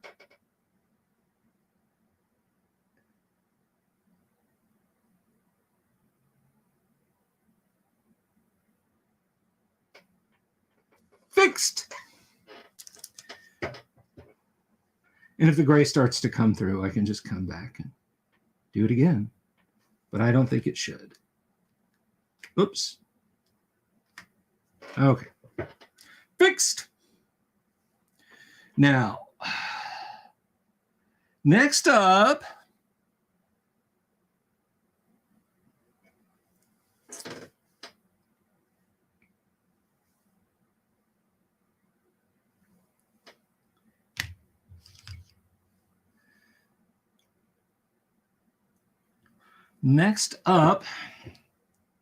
is inking the wings. Now, these guys, again, don't really care that the flesh colored ink just kind of went everywhere in addition to shading the wings. It actually looks pretty badass because, you know, again, these are demons and we just want scary looking demons on the table. I do care about her, and I do care about the ink not inking, but in fact becoming a mess. So I want to see, do I have, that is matte black paint. This is black wash. This is black wash from Vallejo. This is a 73201 Vallejo black wash. And we are very much going to use this as a wash. I want it thinner than it's going in right there. So again, we're gonna grab our pipette. Is everyone having a good time, by the way?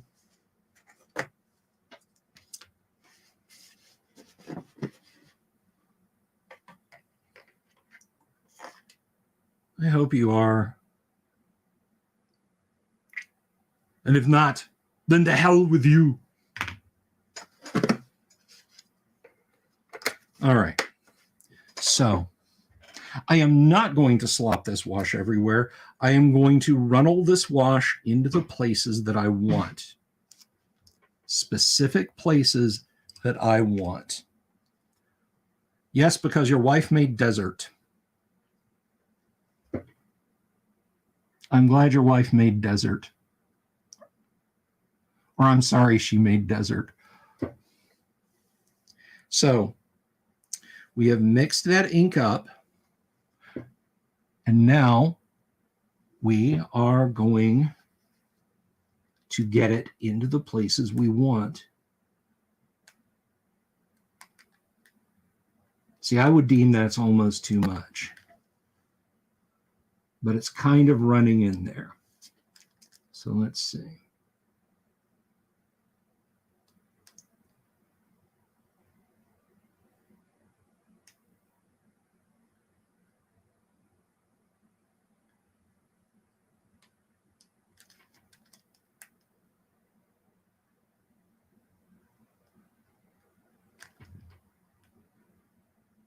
Now, one thing you can do, if you have a wash, if you get too much wash and it's running places, remember, guys, it is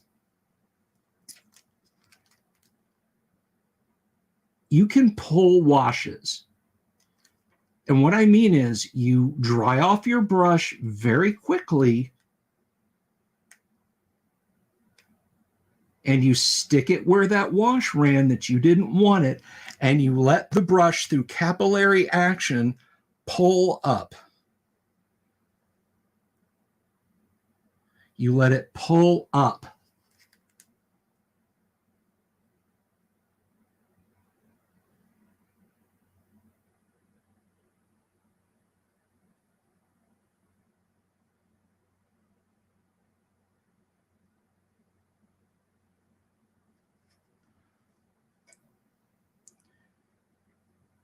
Is that one you've done before, Paint Minis Live? Bill T?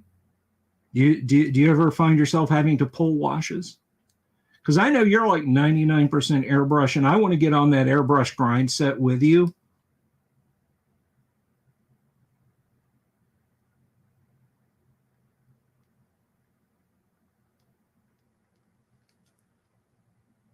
But what I'm doing by doing this is I'm creating shadows and shading that light at this scale does not appreciably do.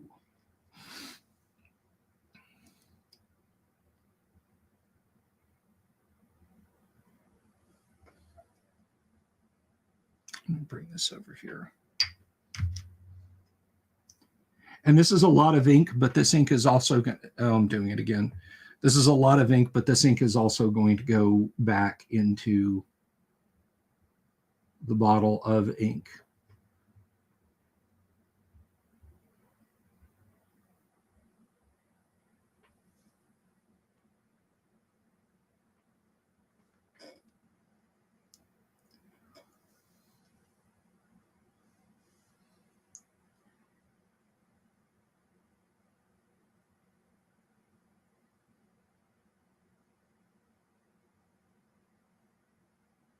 See, I just got way too much ink in one spot on her wing there. So I'm going to clean my brush off, and I'm going to come over here, and I'm simply going to pull it out and spread it around a little bit so it doesn't look like she has a black wingtip.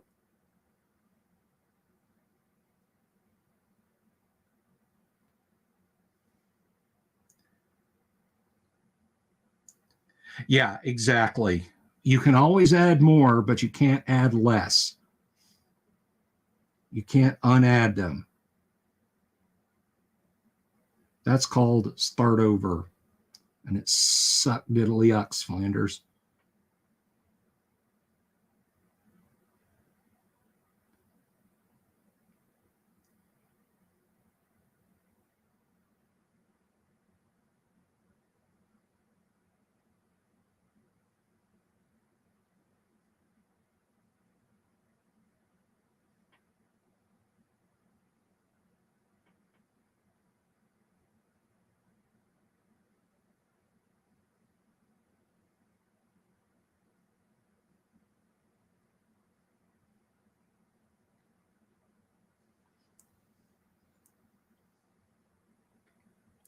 But I want this to be very subtle.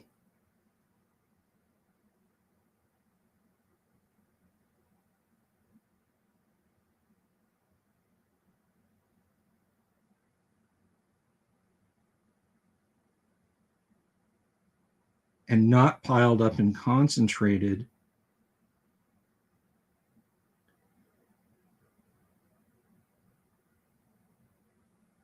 You want your washes to sink down into pits and details and collect there as shadow.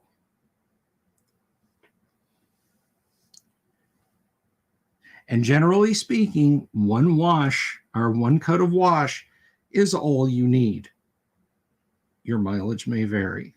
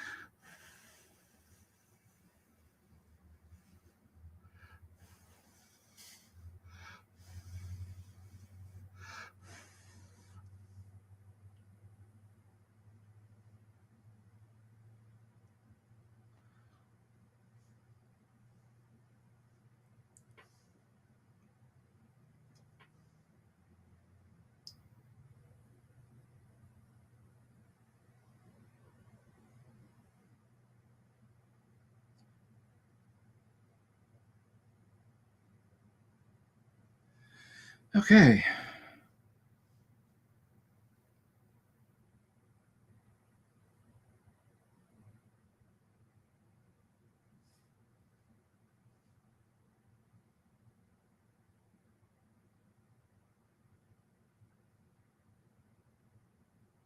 Are you guys ready to see the washed wings? I can't promise how good it will or will not look.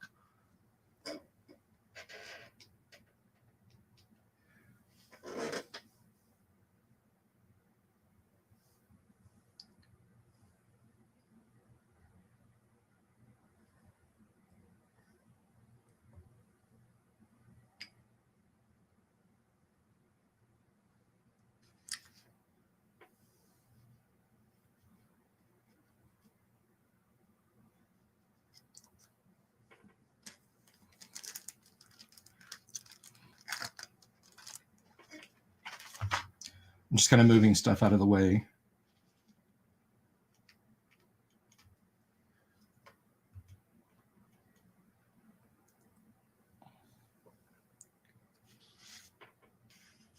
Hopefully that's not too in shadow there.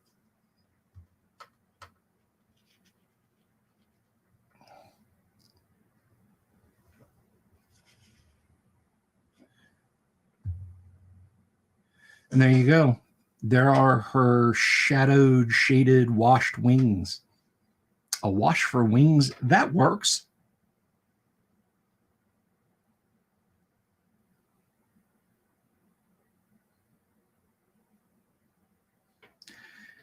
And let's see, hopefully I won't jab the paint job, but over here is where I had messed up and gotten some gray from her wings.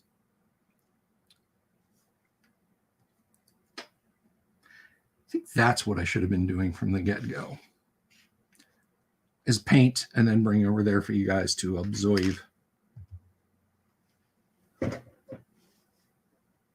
So there it is, guys. There are her wings. And her claws, of course, which I did not come back and do a wash on, and I should have. Because I wanted to do that flesh wash on those. Where's the cup I was using for the flesh wash? What did I do with that? I moved it to the side. 1, 2, 3. It's right here.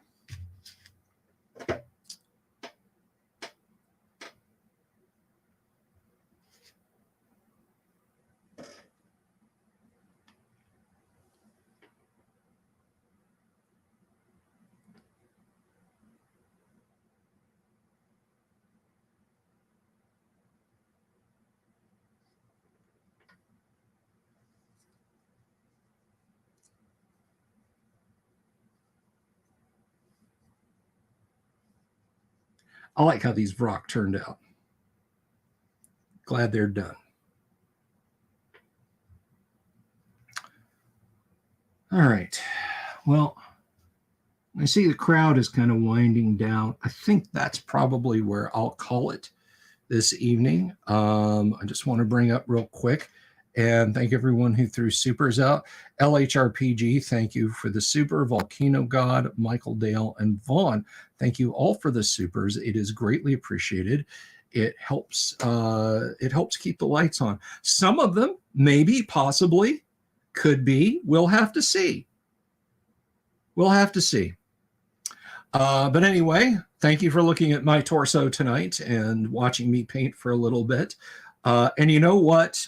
Here, let me bring this back over here and show you guys the super secret, super complex thing that you have to do to preserve your wet palette. I can come back tomorrow and pop this open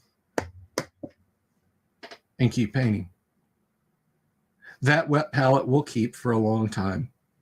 So again, thank you, everyone. I do appreciate it. Be good to each other. And until next time, guys, we'll be back Monday. Maybe I'll work on these some tomorrow, and at least one of them I will show off on Miniature Monday, or maybe not, who knows. Not everyone was here who will be here on Monday, so it might be the Vrocks. I might say, hey, check out these awesome slot painted Vrocks that I did this weekend. And I might not even be done with these Vrocks. I might come and hit them with like some highlight, like some dry brush highlight, just to give them a little bit of pop. But we'll have to see then. Anyway, guys, be good to each other, and I will talk to you next time. Peace. Have you seen my owl bear?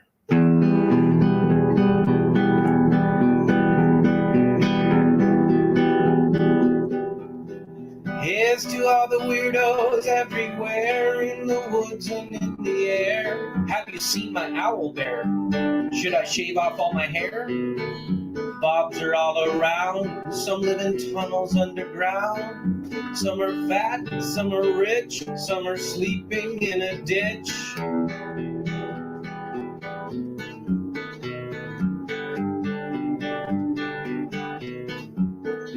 Can you ride a crooked horse without a saddle way off course? Naked as a toad, all the way to Smoky Joe's. Have you seen the little creep driving fast in his little green Jeep? He smells like fish and brandy, but his rotten teeth look dandy. Take me to the show, I don't care if fast or slow. From action flicks to dancing dicks, just take me to the show.